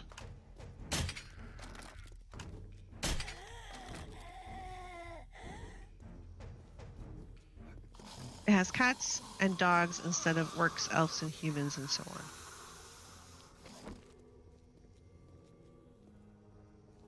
Well, to be fair, D&D has tabaxi, which are cat people. It has kinku, which are kind of like crow or raven people. It has Aarakocra, which are like bird people. Eagle people, if you will. My senses have picked up something. Am I a furry? I don't know. I prefer animal cartoons. Well, some people just like cartoons. I like cartoons. I like comic books. I finally got it and destroyed the thing. You got it and destroyed the thing. Portal power source. Oh, you destroyed the portal downstairs? In the lab? Yep. Oh, wow.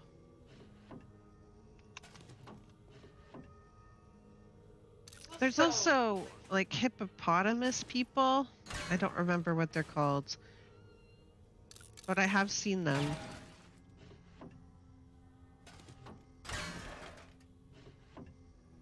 If you can think it, D&D can have it. Exactly. Yeah, pretty much.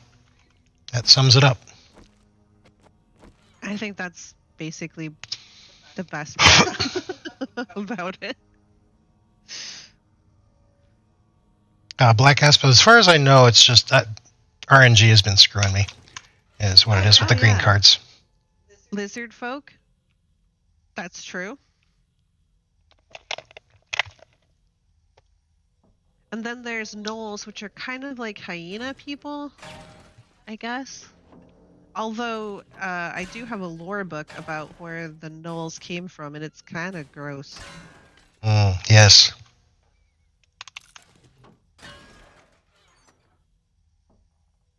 It's a bit on the disturbing side, one might say. That is not.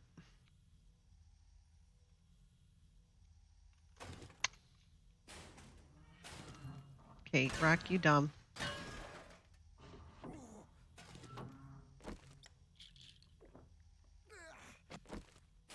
What the? What the what? It looked like I walked into the tree and just knocked it over. Why'd you do that? Well, I was trying to chop down the tree, but the rock right next to it kept getting hit. So I got rid of the rock, and then I walked up to the tree, and it fell over. This is a boreal murder.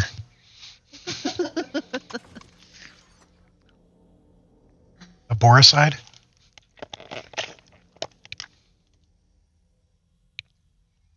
Oh, now I get to finally loot the portal room in peace. This is the first time I've actually destroyed that portal. Noise.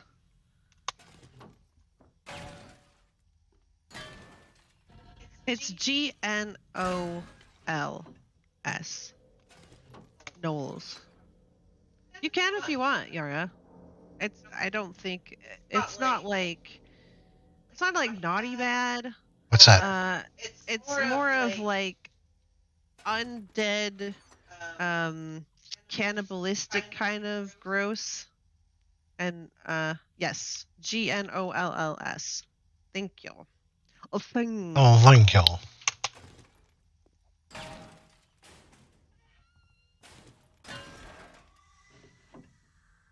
So let's find out just how giving it's going to be this time with all the loots.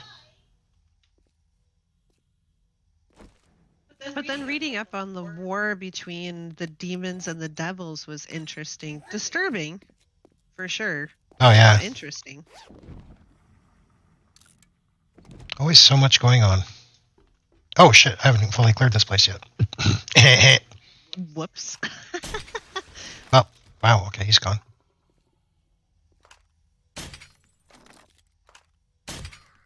Wow, she like bounced horizontally. Zombie hyena people, kinda, but not really. But kinda, but not really.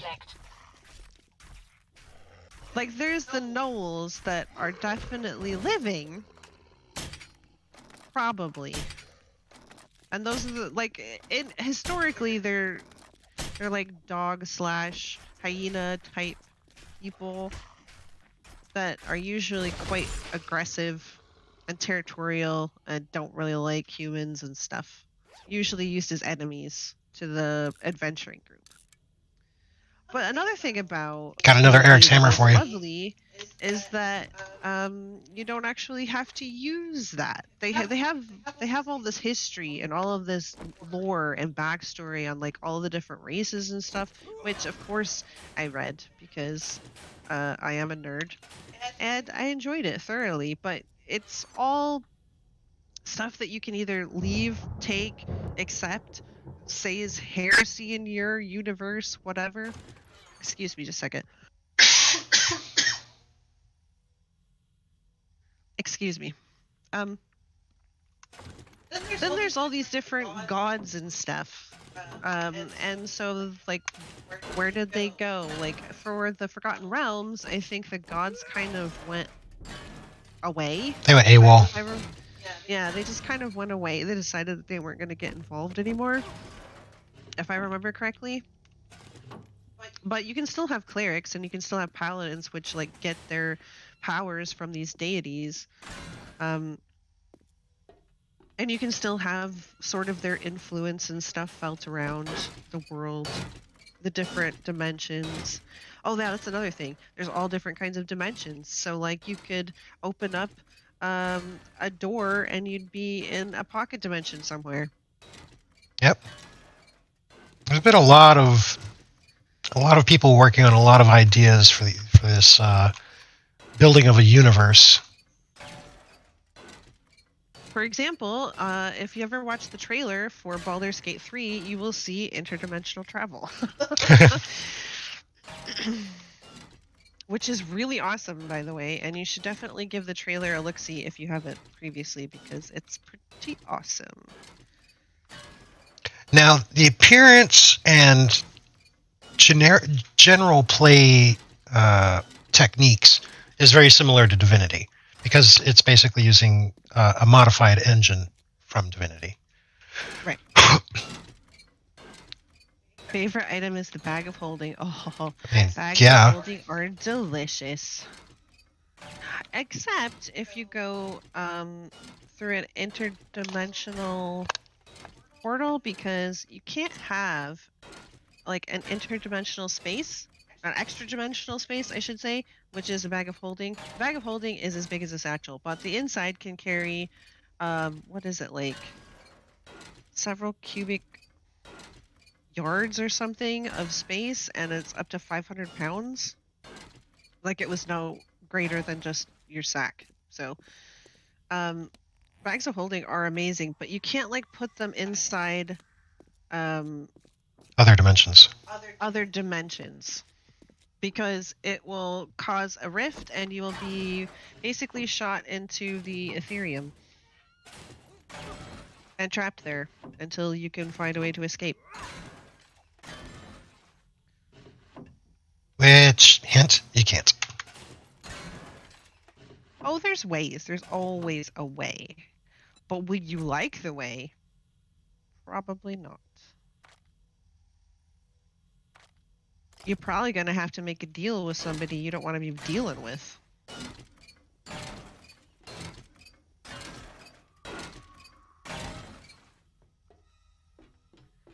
Some of this might go over my head. I mostly want to explore dungeons and find treasure. That sounds like a good place to start. Never put a bag of holding in a bag of holding. Exactly. Bad things can happen. Never put a bag of holding into a portable hole. There's also a bag of devouring, which is kind of like the opposite of a bag of holding. Yep.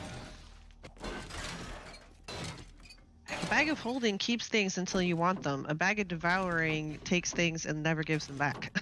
Exactly. That's its purpose.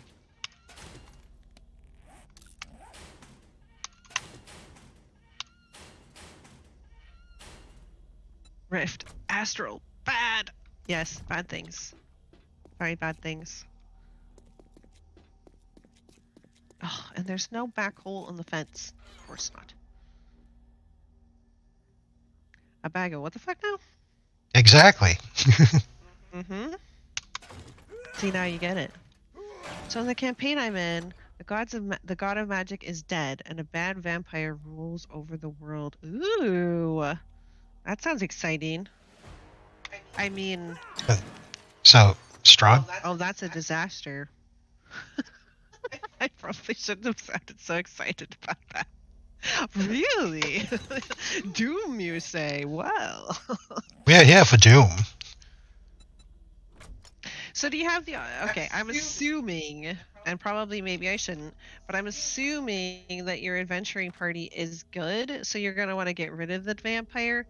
However, if they're not really as good as, you know, they could be, you could go into business with the vampire.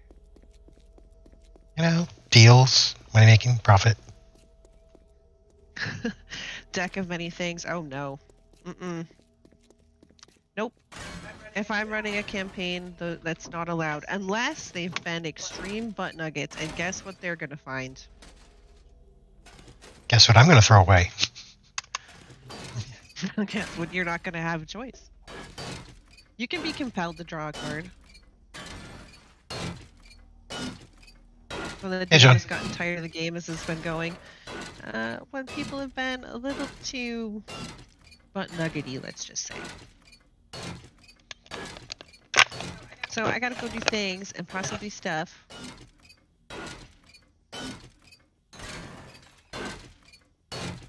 Yeah, Ravenloft. So when I was a newer, I was more expensive than just like a super baby DM, but still kind of a novice at it. I tried to run Ravenloft, and I didn't want to railroad the people in the campaign. So I would give them all these options of different places they could go, and like kind of gave them the map and said, look, you could go anywhere on here. Just pick a place and, you know, you could go there.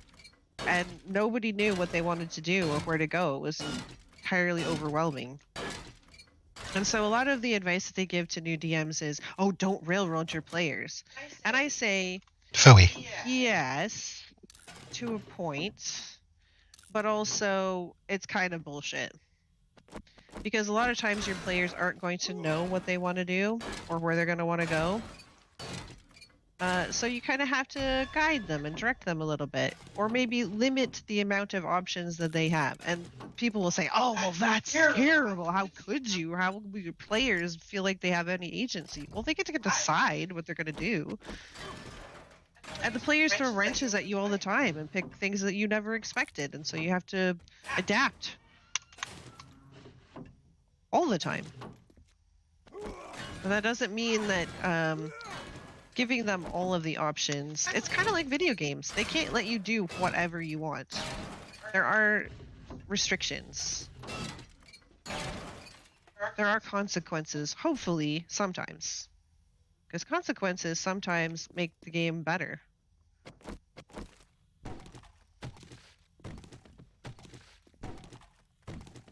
Oh, you wanted to steal all of that from the poor villagers? Okay. You're gonna be hunted down by the guards now. You wanted to murder hobo your way through this, you know, village of innocent civilians because you wanted the ancient treasure that they had underneath their village? I mean, sure.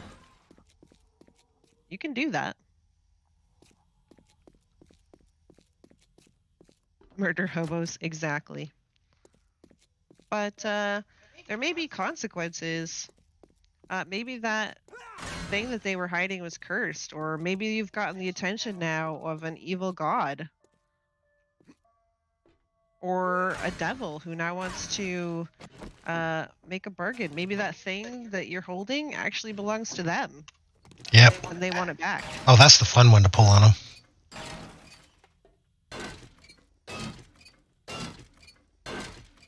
Murder Hobo is the D&D default.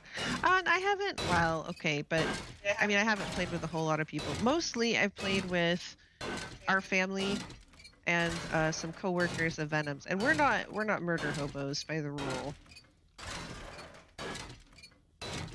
We actually like to have, you know, story, but then the people who are usually the DMs is either me or Venom, and we believe in consequences for actions. Oh yeah.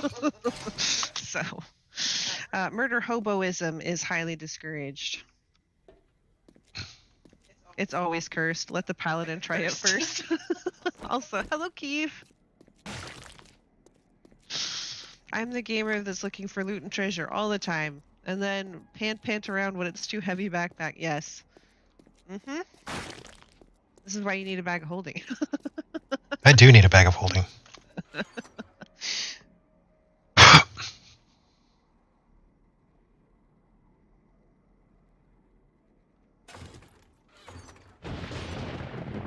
Look. A lot of the D&D games that have been made up to this point haven't been great. I mean, some of them are pretty good. Like, I like Neverwinter Nights. And, Many years ago today. yes. I did like those games. But some of the other ones, either I never even heard of them, or I saw them and I was not impressed. But this one, Baldur's Gate 3, now that I am anticipating. First of all, it is absolutely gorgeous. It is just stunningly beautiful, some of the places that they've made in this game. And it really starts off with a bang, like literally. Yeah, you could say that. And the stakes are high. Oh no, we've got bots again. Wow. Wow, they're just not messing around with that, are they?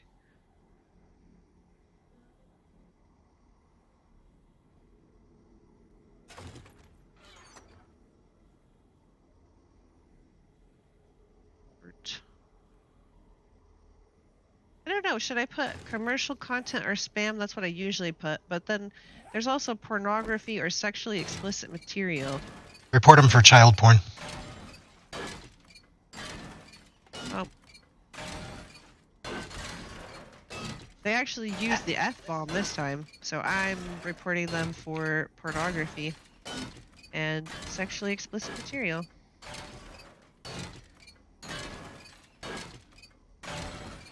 Wow, the bots are up in their game. They pulled out the F word. Ooh, they got serious. I'll fuck them.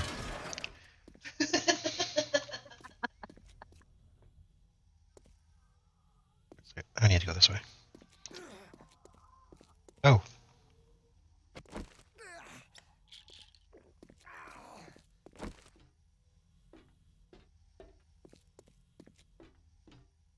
I don't believe that I can put it on subscriber only chat, like Lainey and Spange do. Oh my god. Was that more? More. Oh, jeez. They're on you.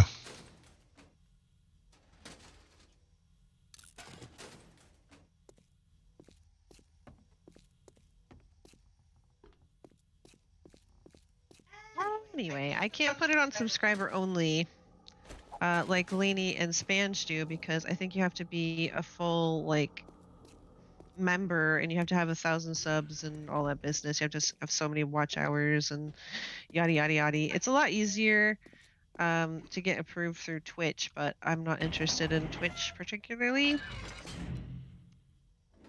But then a lot of the stuff that would really help people is locked behind it for YouTubers, which is kind of insane. Yeah, it's kind of neat.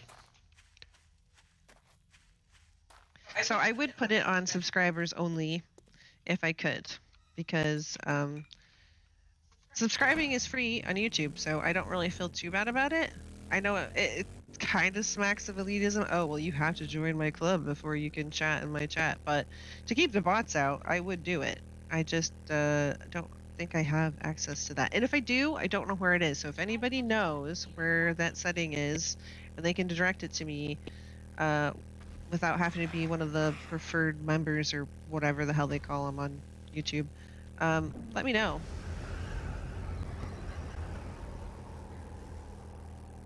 Oh, you're being naughty and not doing your schoolwork. How could you, little Richard? For shame. Your cat is giving you the death eyes because I didn't give him any of my ice cream sandwich. Oh no. How dare you, Aaron? How dare you? I do have a bag of holding. It is my drone. I need to get more cargo mods for it. Is it because you were saying pant pant? No, it's because I happen to be live right now, and they just figure that they can spam to an audience. That's why it happens.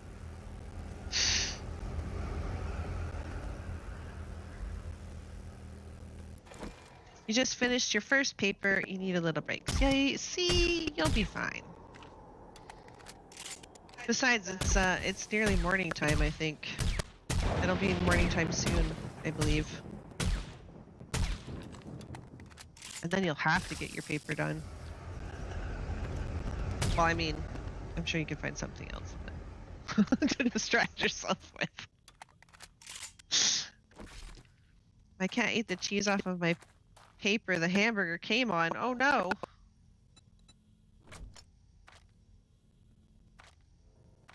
I'm a little paranoid about our cat. When we first got our cat, I was paranoid that they would eat something like human food that they weren't supposed to have because I never had a cat when I was a kid. And then our cat is really weird because he doesn't really seem to like human food. Like, he likes to smell it. But then he wants nothing to do with it. And like crackers, he's super interested in crackers and he wants to like lick the salt off of it. But that's it. He doesn't actually want to eat them. He just wants to lick them, and then he wants to just like have nothing to do with it. And other stuff, he doesn't even want to lick it. He just wants to sniff it, and then he wants to walk away. He's like, no thanks. No thank you.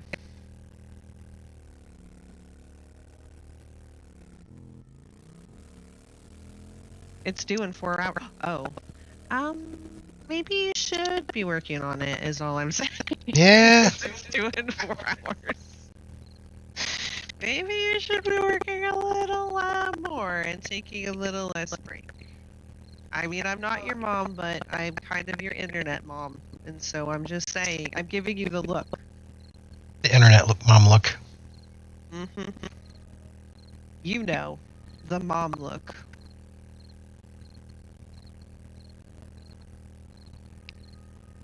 You'll get it done. It's only 200 words. Oh, 200 words. You can probably do that standing on your head. You got this. Okay.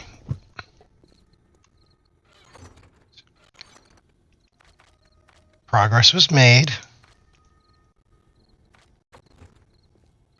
Progress is good. Oh, I didn't upgrade the tools. Yes, I probably would kill you as well. And then be double dead. And then what would you do? Oh, I happened to pick up another Eric's hammer. Oh, you did? What level is it? 20 something, but you can still upgrade yours with it. Yeah, I will do that. Noise. Thank you.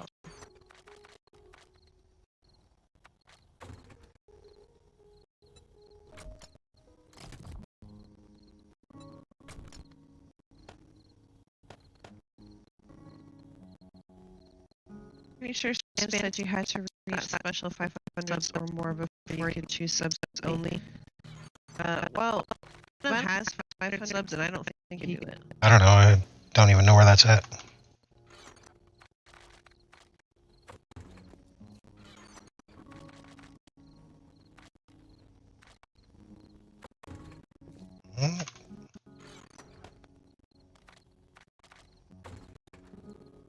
It could be the dots next to the chat, I think. Let's see. All I get is participants pop out chat and toggle timestamps. Yeah, that's all I see. So I'm pretty sure it's like 1,000 subs. 1,000. Yeah, it's 1,000 subs is also where you can start monetizing.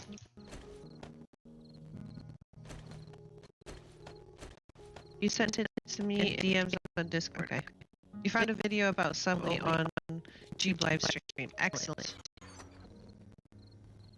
I have a feeling it is only for the monetized. The thing that I find kind of distasteful about that, though, is that YouTube can monetize you and make money on your content before you reach that point. And frankly, I think that's why they kind of want to keep the bar a little bit high, most people, because then they can just monetizing other people's content. Holy shit! I didn't even notice I picked that up. I picked up a laser M60. Without giving them that.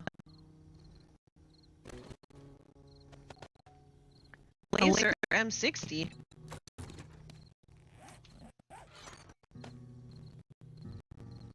I gotta check this thing out.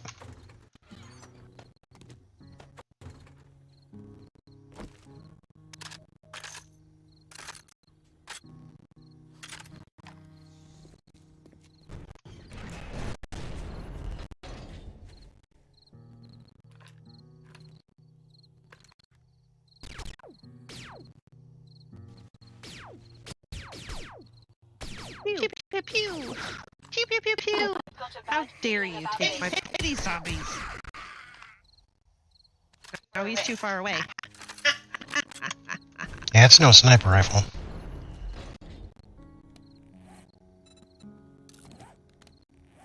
That's interesting.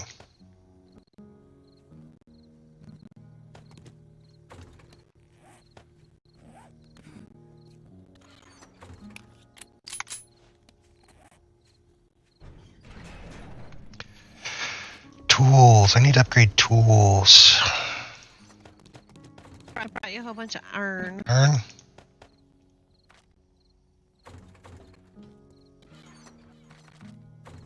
The rest of this is going to be just me upgrading tools.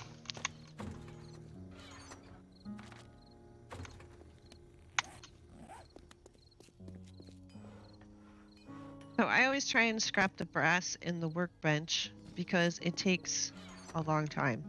And if you do it in your inventory, then it sort of clogs everything up. If you have like anything else that you need to get done, it has to wait for that brass to get done. So I try to keep any of the scrapping of the brass, even like in vanilla, until I can do it in a workbench. Oops, wrong box.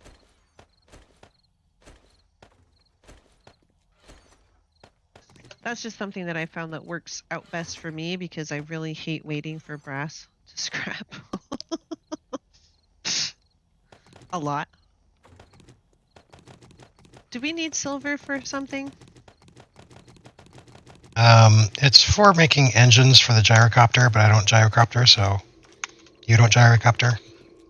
So we're just gonna sell it then? Probably.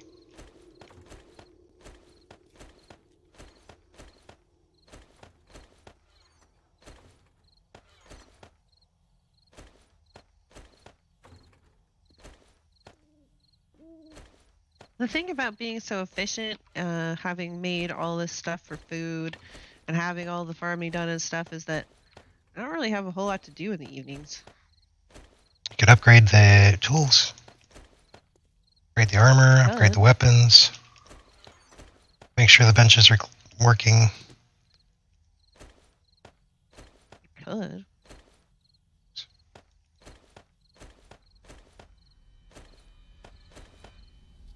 That's another thing we were talking about. I think that the fun pimps are trying to extend out the crafting and gear acquisition, which is why they're changing it to this new magazine regime, as it were.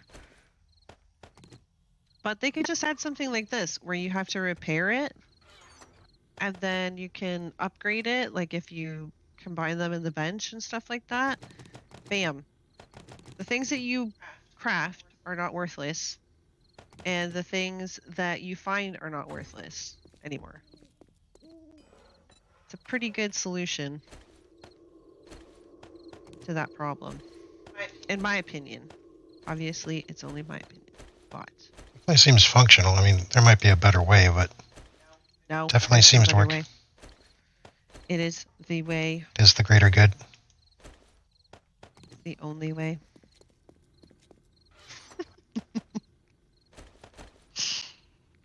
Oh, so many laser swords too. Sure you don't want a laser sword? I am positive my edge skill is absolute garbage.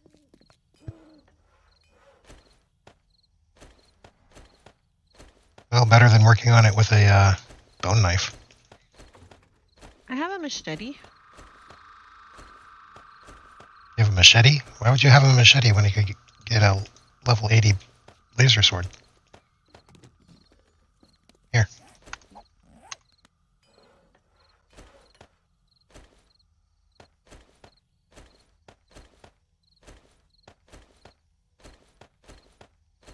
Oops.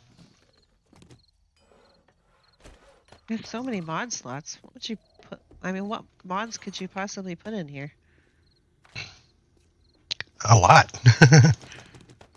Apparently. Wait a second. Those aren't weapons. I already have in there. I have the tempered blade mod. You can't put the serrated and the tempered on the same one, can you? Yes.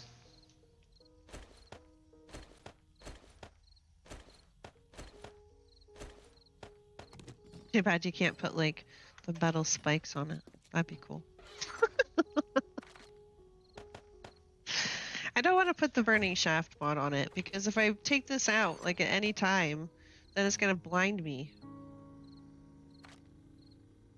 Especially if I've got my night vision goggles on.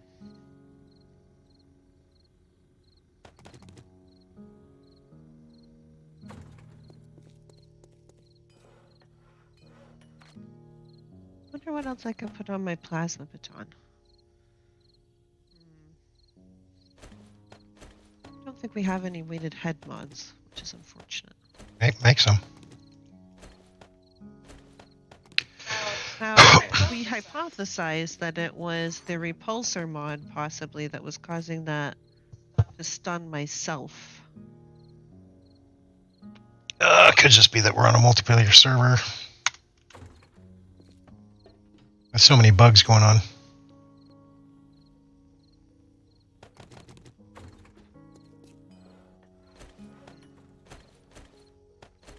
Let's look at what kind of mods we can do. Oh yeah, I was supposed to make myself another class as well. Blessed Metal mod. Now we're talking. That is something we want. Generic schematics.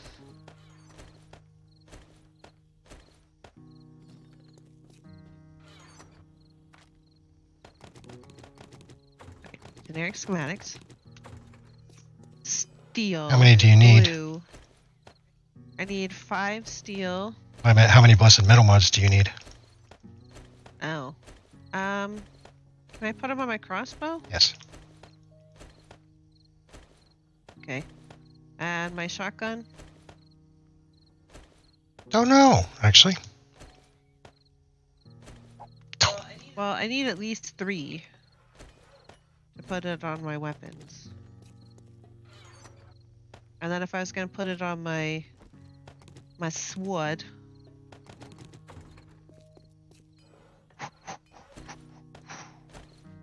that would be 4. I was just going to put it on my my baton for now.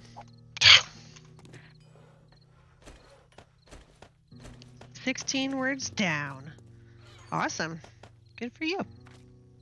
Let's see, you had 200 words. So that's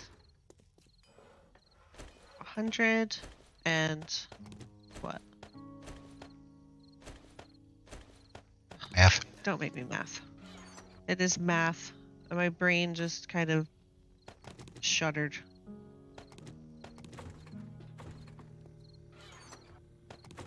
Let's see, that's 41. It's going to be more math. So 15 plus 15 is 30, so I can make 2 out of that. So that would be 10 steel, 10 glue, 10 mechanical. That's a lot of springs. Jeez. Oh, we've got plenty of springs. Never mind. Mechanical parts. What was the other thing? Glue? Glue is pretty much a constant for mods. Ah, I keep doing that. Go there. You go there. Okay.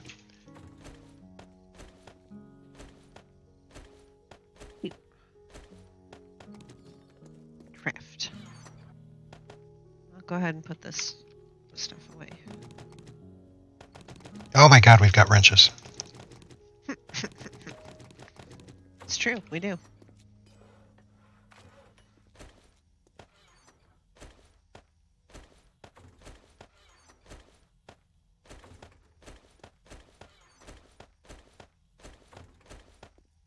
$181. I was gonna say 184, and then I was like, no, that can't be right. You're gonna say 184 and you'll be wrong. And I'll be like, oh, you're an idiot. That's how people are.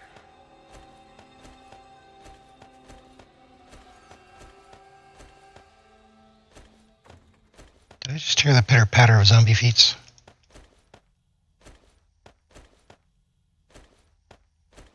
Blessed metal mod. Wahahaha. Pitter patter of zombie feet. What are zombie feet doing in this neck of the woods? Should I put it on my crossbow or on my shotgun? Crossbow. That silent takedown. Plus, I had less mods on my crossbow, so that's probably fair. You typed a few more words after that 16 you had. Well, good. It would be nice if you could have the recipes stay on the screen. See, because Kane said he was putting a little mini mod into this version of Darkness Falls where you could pin recipes so you could do that very thing. So while you were gathering the components, it would stay right there. Do I see any evidence of that in this mod? Have I heard anyone talk about it since then? No. Am I salty about it? Yes. Okay, so that's some more food. Because I thought that that was the best innovation that could have happened for this version of Darkness Falls. I was like, oh, hell yes! And then it didn't. Pin those recipes! And then it didn't happen, and I was like, how dare you? How dare you, indeed.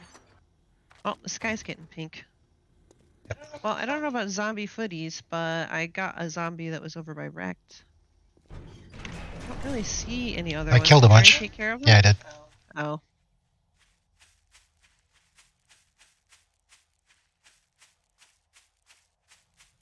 Yeah, it's funny we got all that food, and this tiny little garden is all we're running.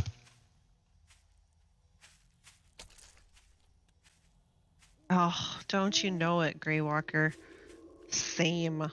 Unless, like, well, okay, there are some recipes I am so familiar with that, like, I could probably rattle off at least the ingredients. Maybe not how many. It depends on the game and how many recipes are in the game. Hey, you got a scarecrow. What more do you want? I want pinnable recipes. That's what I want.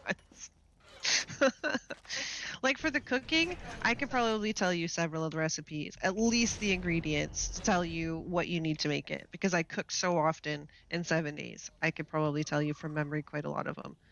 But like the stuff that I don't do so often, like making mods or stuff like that, yeah, I have absolutely no idea.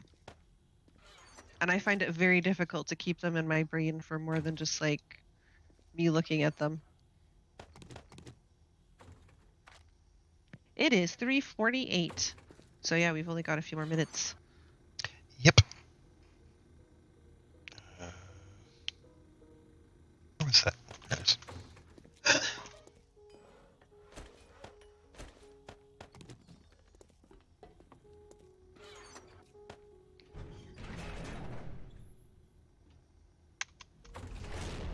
Yeah, I think if the fun pimps spent more time like making things like pinnable recipes and I mean obviously making things run better and stuff like that, efficiency, less RAM usage, all of that stuff. But I mean, like, for polish for the game, if they put in stuff like pinning recipes and all that stuff, I would be like, oh my god, you guys are the best. But no, they have to F with farming and like completely redo the perks and stuff. I'm like, but But why though? Okay, so that's the morning bell. there's the bell. Today was kind of a rambly stream. But we're planning on being back tomorrow as well for another stream. And yeah, maybe we can be a little more focused on tomorrow. Wow. I mean. Oh my gosh, Greywalker, I agree. I will, if I can remember the amounts, I will definitely probably screw them up and say that A is B and B is something else. For sure. A is B and B is something else. So you'll pick the largest amount and get every item in that quantity. Sometimes I just go through and say, okay, it's these items, and so I just get like the stack of whatever that is without counting it out. Because I'm just like, I won't real remember quick. how many it is. There is 2 level 80 laser multi-tools in the toolbox. So if you want one. Oh, I have one. You have level 80? Yes. See, I have my paddle right here.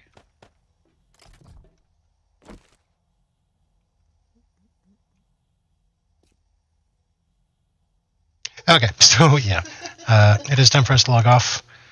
I hope you guys enjoyed the rambly chaos that was the stream today. And we will be back tomorrow. It was really nice to be back. I'm glad that we felt good and you guys all showed up. It was amazing. Thank you for coming.